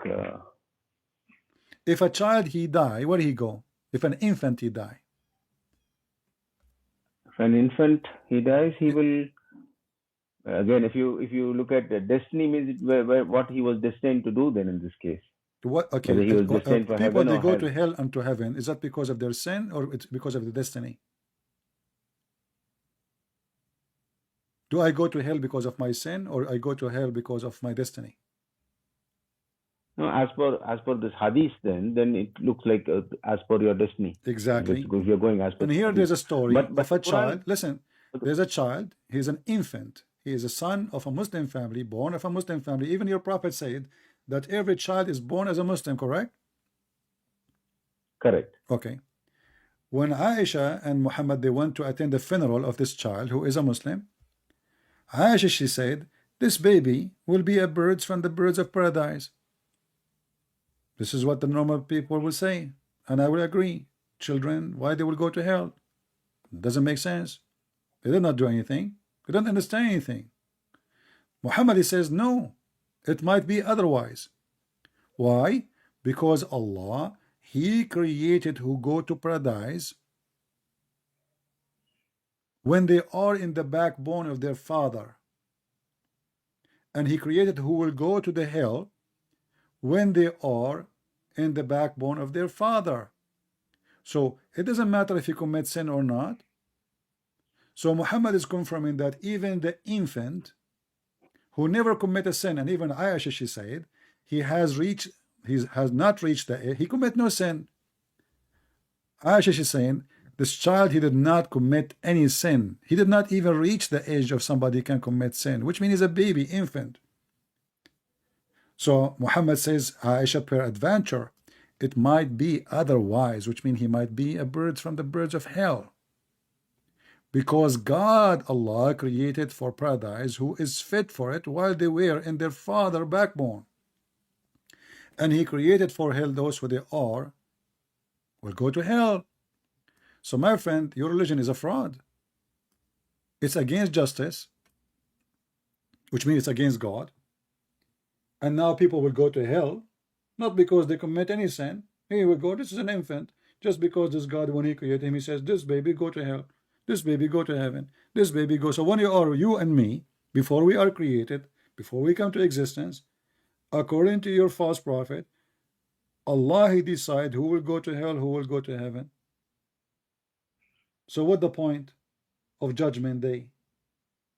What the point of religion anyway? What the point of God anyway? This guy is making fun of us. So he created me to go to hell, that's it. He decide before even I do anything, he go to hell. And this is an infant of a Muslim family. He's not even an infant of a Christian family. He commit no sin. He did not reach the age of sin. And now this God, according to Muhammad, he might send him to hell. Why? Because he decided before he created him. So my friend Abdul Mu'min, I invite you to leave Islam immediately. Are you really convinced with this, Abdul Mu'min? Be honest with me. Is this also mentioned in the Quran? Well, you see, you Muslim, you take the Quran from Muhammad. Why you don't take what Muhammad said? In the Quran, I just showed you the verse. Anything happen to you is from Allah. Even the bad things is from Allah. See, what you're saying makes sense here. I can understand what you're saying. You really have a point here. But you know, when we discuss this inside our mosque, we raise these points with our sheikhs here, and they tell us that these are hadiths. You have to compare it with the Quran and see. But again, you showed me another point regarding the muta. So I'm confused now. My friend, all of you Muslims, when you say I'm a Muslim, it's mean you believe in certain things, and one of them is called Al-Qadar, correct? Sorry, what is that? You believe in the pillars of Islam, you believe in the pillars of faith, you believe in those things, don't you? Correct. Okay, do you believe in Al-Qadar, which means destiny? Al-Qadar. Isn't the Quran in chapter of Al-Qamar, verse number 49 says, everything we created by destiny? Just 1 second, hold on, please. Charger. My phone is dying. Just 1 second. I'm just putting on a charger. Well, your phone is dying and your faith is dying too. Just wait. You will leave Islam by the end of the day. You think so? Oh, yeah. No, my faith is strong. Yeah, I can tell. You just said I'm confused. Yeah, you confused me and left me now. So no, you are confused not because of me. You are confused because of Allah's words and His Prophet words. None of them make sense. Okay, there I put the charger and it's charging. So, okay. Yeah, so it doesn't make sense when we look at it like this. Yeah, I admit it doesn't make sense because how can a child go to, how can an infant, it says like an infant here. Do you believe by the will of Allah? Let me make it age. simple for you. Do you believe because Allah allow you to believe or because Allah give you freedom to believe? Do you need permission from Allah to believe?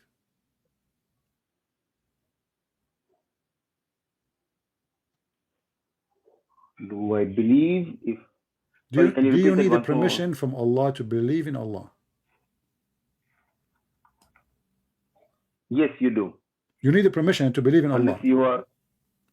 Yeah, if not, it's mentioned in the Quran, no, that we for not everybody can believe in Allah. There are certain people where He's hardened their ears and hardened their hearts. Okay, thank you. They cannot hear or now you just answered see. yourself. You just said that Allah is the one who sealed their heart, sealed their eyes, sealed their hearing, correct? Yeah, the ones who have disease in the heart. No, hold on. Who is the one who makes somebody not to believe? Is Allah. How? He sealed their hearing, he sealed their eyes, he sealed their heart. Do you agree? Yeah, because he's God. No? He knows what that person is Thank going to you. be. He But knows that's the mean, what is my fault he if knows the Allah he future sealed, also, hold right? on. If Allah sealed my heart, and now because my heart is sealed, I cannot believe because I need the permission to believe. Correct. Yeah. So you're destined to go to hell. So You're it's not my destined to fault come to the then. heaven. Then it's not my fault. No, this is not about permission to go to heaven. That's not your fault. He knows you. He knows you very well. So he's already destined you to go to hell. That's So false. that's where you're going. That's false. If he know me, why he don't let You mean to me? say you're Hold going to on, be? hold on. You mean to say you're going to Hold go to on, my heaven friend, and my God friend. is wrong? He know me, he don't know me. That will not change anything. Let us say I have 10 kids. I know 2 or 3 of them, they are very bad. But I'm not going to seal their heart so they will not listen to me. I'm not going to put a cotton in their ears so they will not hear me.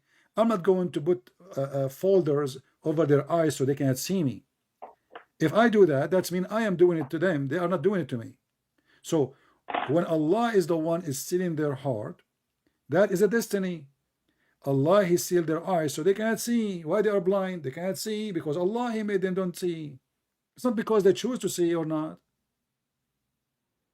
Yeah, that's the difference, isn't it? No, That's the difference. no, because Yeah, now, see, for the you example see, gave, I mentioned to you that Jesus says, not everyone says to me, God will enter the kingdom of my Father, which means many of us will enter, but the one who do, who is going to be the one, the chosen one from those who say God, is those who do his will. So he have a will, and we have to agree with his will, not to be forced to hear. I cannot even agree with his will because Allah he sealed my eyes, he sealed my hearing, he sealed my heart, and now you are asking me to believe. That's stupid. I ask you. See, you as a human being, No, you I am don't a know the human being. future. This is why you But should God, help he me, knows you not from the before opposite. and after. I am a human being, not God. So God should help me not to make it impossible for me. Now it's impossible because what is left? He sealed my hearing, he sealed my heart, he sealed my eyes, and now asking me to believe? Yeah, because you wouldn't believe anyway. That's How why. you know? Leave me for Because myself. you're the living So proof of it. listen. You are You are saying the you will living not proof, believe Siddhi. anyway. So why he is seeing their heart? They will not believe Okay, anyway. what is the chance? Okay, I have a question for you. Let us say you are a bad person. Is it true that there is many bad people that repent and they become good people? Correct. All right. So how that will work in repentance? Because Allah hasn't sealed their hearts. He's given them a What do you chance mean to he's seen the become a heart? good He person. is the one who sees our heart. My friend, Yeah, even the criminals, this is a lie. This is a false statement. Even the criminals, they repent and they ask God for yes. forgiveness. So when you say Correct. that God, he made them blind, and then he complained why they don't believe. And then we showed you that Allah is the one who misled them. I asked you, do you need the permission from Allah to believe? You said yes. Yes. Why I That's need the true. permission from Allah to believe? It's his decision. He controls everything. Exactly. So it's not your decision. It's a destiny. It's not. It's not your decision at all. Exactly. No. So you Muslim believe this. He is knows who's this going is to go why to the heaven. He knows child. who's This going is to go why to the hell. child. He is a baby. He will go to hell.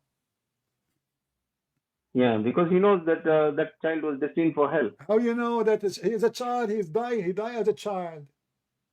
He did not grow to Yeah, commit that's the sin. confusing part. Are you saying to me you will punish somebody for no sin he commit? He died. He died as a baby. Yeah, that is the confusing part for me actually. My friend, The baby part. don't you believe in justice? I do. Okay, is it justice that I will send a baby to hell for no sin he commit?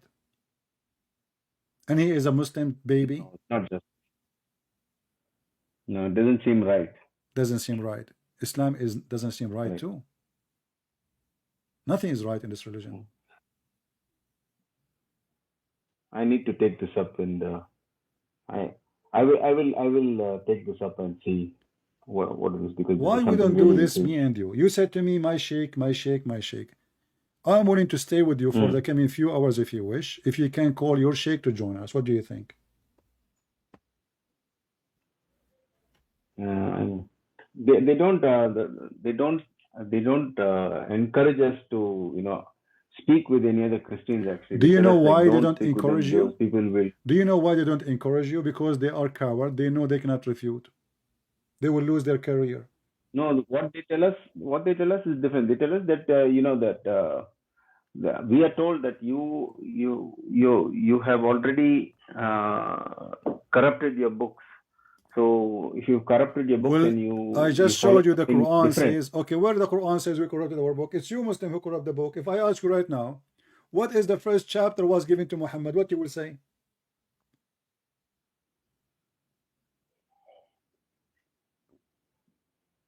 I have no idea. Isn't it the one it says to him, But Iqra, I know that there is read? an order of revelation and there's an order of Yeah. Okay. So the angel, he came to Muhammad. The first thing he said to him, read, correct? correct. Okay. What is the first chapter in the Quran now? Al-Fatiha. So who is the one who corrupt the book? You. Yeah, this is not corrupt. No, this is the No, words this is remain corrupt. the The same, but Quran the says, location listen, is changed. listen. The Quran says those who change the words from their location is corrupting the book. Read with me. Which was that? You see, this is why you should invite your sheikh so he can look so bad. For you, you don't look. I mean, for you are not a sheikh, so it's okay.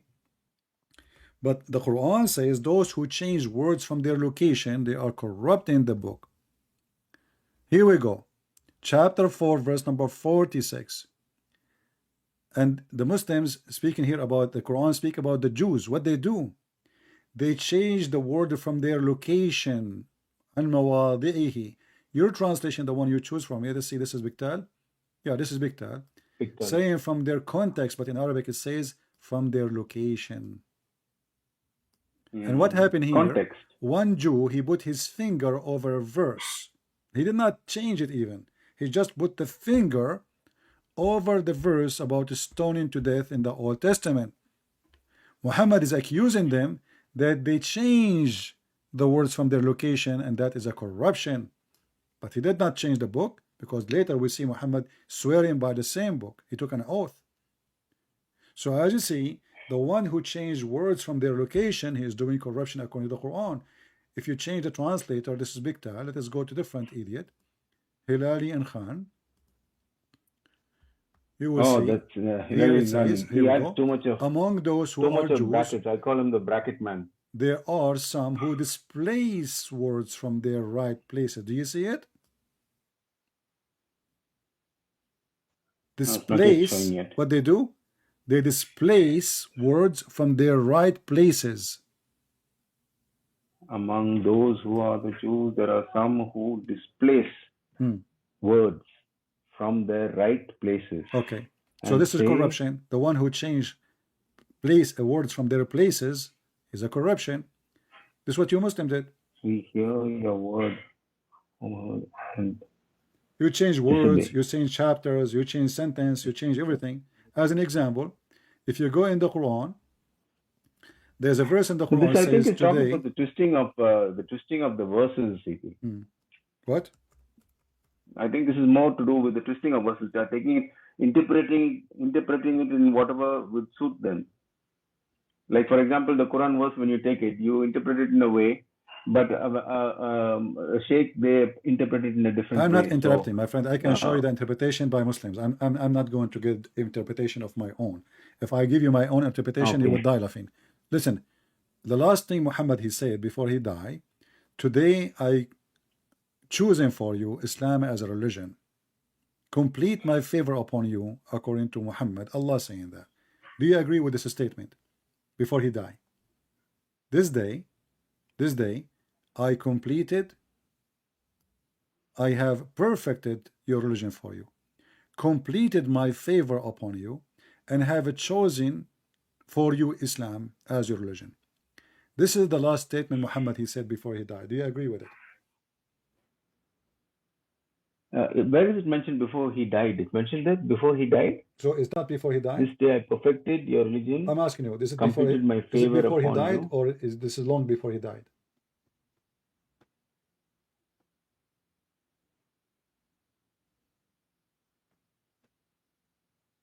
This day those who have disbelieved have given up all hope of your religion. So fear them not, but fear me. This day I have perfected your religion for you, completed my favor. Who, here, but this is Allah talking to Muhammad, no? Exactly. But does it say today, this day? It says that this day. Yes. Okay, this day what happened? This day I have perfected your religion for you. Okay, so Islam is Completed became my perfect, favor right? Islam on you. now completed. Islam as a religion perfected.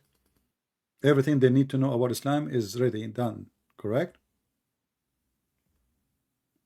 Yeah, this is Allah's word to Muhammad at that No time. problem. That make it even more horrible. So today Islam is perfect. Today Islam is completed. Today Islam is a chosen for you. Do we agree with this? Yes. But this verse can be true only if this is the last verse in the Quran. CD, my phone might disconnect. I'm having a problem with my charger No problem. here. You can listen to me later. And thank you for calling. I advise you to bring your sheikh to call me. We join you. I welcome him. I promise you I will be nice to him. Definitely. All right. But I want you to listen to me I after we will, finish. I will do this. Yeah, your phone is dying and your faith is dying, and soon you will leave Islam and you will see. But as you see here, you can hang up if you want. As you see, if this is really the last, can be true only if it's the last verse in the Quran. Somebody took it, put it here. Yes. For there's no way, because if this is true, that this verse is in the correct location, then all the chapters after this point is a fraud. For Islam is completed. And this is the chapter 5. This is the chapter 5, verse number 3. That's mean we have all the Quran. 99% of the Quran is a fraud. For Islam is perfect. But as for the order of revelation, huh? But what verse is this? What chapter is this as per the order of revelation? I don't care. You see, you Muslims, who gave you the right to move a verse to this place which make no sense? If you Muslims, you claim that you preserved your book, as your prophet said, how in the world the end of the movie became in the beginning? Who order you, who allow you to cut the movie from the end and put it in the beginning? This is a true. Like now I'm done. I say thank you guys for everybody. I hope today you have a good time. But I cannot say that in the first 5 minutes of I start, unless my video is 5 minutes. And then I stay after that for 3, 4 hours, 5 hours talking. When in the beginning I said thank you guys for listening and bye-bye. This is bye-bye. This is Muhammad saying bye-bye. This can be true only if he is dying. And this is the last revelation he received from his false God. Today, it's about timing. Not this month. Today, this day. I did perfected your religion. Everything is perfect. Nothing is missing. And to make it even more horrible, completed. It's complete. Jesus, he said, it's completed in the cross. Not in the first day. In the cross. If we say it in the beginning, but does it make sense? In the cross, now he is crucified. And then he died. And before he died, he said, it's completed. Makes sense. This is a great proof that the Quran is a book of fabrication. It does not even exist. It's a collection of stories. We do not know who put them together. You Muslims have no authentic source. You don't have a single copy of the Quran. You don't have a single manuscript. There's one manuscript found in the University of in England. I forgot the name of the university. It was a gift from a Christian priest. The leather go back to the before the time of Muhammad, but what is written there is not the same as the Quran. Just one single manuscript, and the Muslim, they make a big noise about it. We have tens of thousands of manuscripts around the world in many languages, and yet the Muslim, they lie and they say we have no book. And then their Quran says confirming what is with them. And then we go to the Quran, we find the Quran is silly, is funny, is stupid. So my friend Abdul Mu'min, I invite you to leave Islam immediately, for you might die today and your soul will be taken from you. And forgiveness is not a choice always. Forgiveness after you die, there's no forgiveness. So this is a religion of a fraud. Everything there is contradiction. The Quran itself says, if this is a book made by other than Allah, you will find in it a lot of contradiction. So the Quran itself failed the test of Allah, which is a silly test, by the way, because I have many books, wrote myself, and have zero contradiction. Doesn't mean I'm God. It's a silly challenge. So I advise you to leave Islam immediately, for you might go to sleep and you don't wake up. And Jesus, the mighty Lord, will come. The Almighty God, He will come to you in the day of judgment, and He will say to you, did you speak to Christian Prince? Did he say to you, believe in me? Did you hang up and says no? What say you, Abdul Mu'min?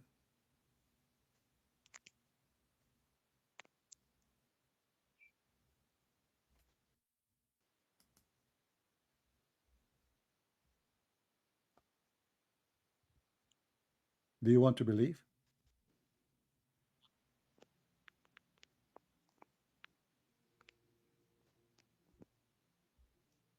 Abdul Mu'min? Yes, yes, I'm here. Do you want to Sorry, believe? I'm having a problem with my charger. It's going on and off. Oh, okay. Do you want to leave Islam, my Sorry friend? Not today. Not today. Tomorrow is good. I have to check certain things with my sheikh over here, and definitely I'm going to speak with him and try to come to speak with you. But Abdul Mu'min, just to show you how sure I am, just to show you how sure I am and how unbrave they are, and they knew they are fraud. Tell them this guy, he offer a respected challenge. We can make you yourself a moderator between us. You as a Muslim. Okay. They can come to debate me, and you can switch the microphone between us. There's no time, crossfire, but just to cool it down in case things go out of control, I will make you a moderator. What do you say? I don't accept moderator, by the way, usually. I don't accept moderator because I will check with these people. Yeah, so bring them, tell them. I stay in Go ahead. I stay in a country which, it is very. I stay in Saudi Arabia, so it's a very. No problem. I mean, you are not doing anything. You are asking them. Don't say anything in front of them. Just tell them, debate this guy, prove him wrong. Okay. And as long as you stay Saudi Arabia, that's mean they can bring somebody who speak Arabic. That even would be even easier for me. Okay. All right. So tell them this guy is a challenging loud and clear that not a single sheikh dare to come and debate him. If they can make a victory, they will make a victory for Allah. Why they will not do it? If they refuse to do it, it's mean they knew that they have the weakness. They have false God. They have false prophet. They have false books, and they don't want to face the truth, for the truth will defeat them. No, definitely they will come. I will speak with them, and all right. I will take your word for granted then that Mr. Abdul Mu'min, soon he will invite his sheikhs, and he says definitely they will come. We heard him. So let us see how definitely work. I will give you a few days to come back to me. I go live always, every like a day and two or something. So anytime, Abdul Mu'min, you can call me and tell me I have a sheikh with me. I will be happy to have them. Inshallah. All right. Thank you, my friend. Thank you for calling. You're a nice person. Thank you very much. Thank you. Take care. Thank you. Let us pray for our friend Abdul Mu'min, that he will see the truth and the truth will set him free. And let us pray that the sheikhs, they will accept to come, and if they have faith, there's no reason for them not to come. You see, as you see, we spoke all this time, we have nice conversation, we would do the same. I humiliate a person if only he is rude, he's filthy. As long you are, being a good person, you are more than welcome. I will speak for you for hours until you give up yourself, until your phone die or you die. So as you see, Islam is a false cult, and this is what we prove every day. So I want to say to you all, thank you for being here. I hope today we have a good time together. We learn something good, so we can teach something good to others. Remember always that what you learn here is not just for you.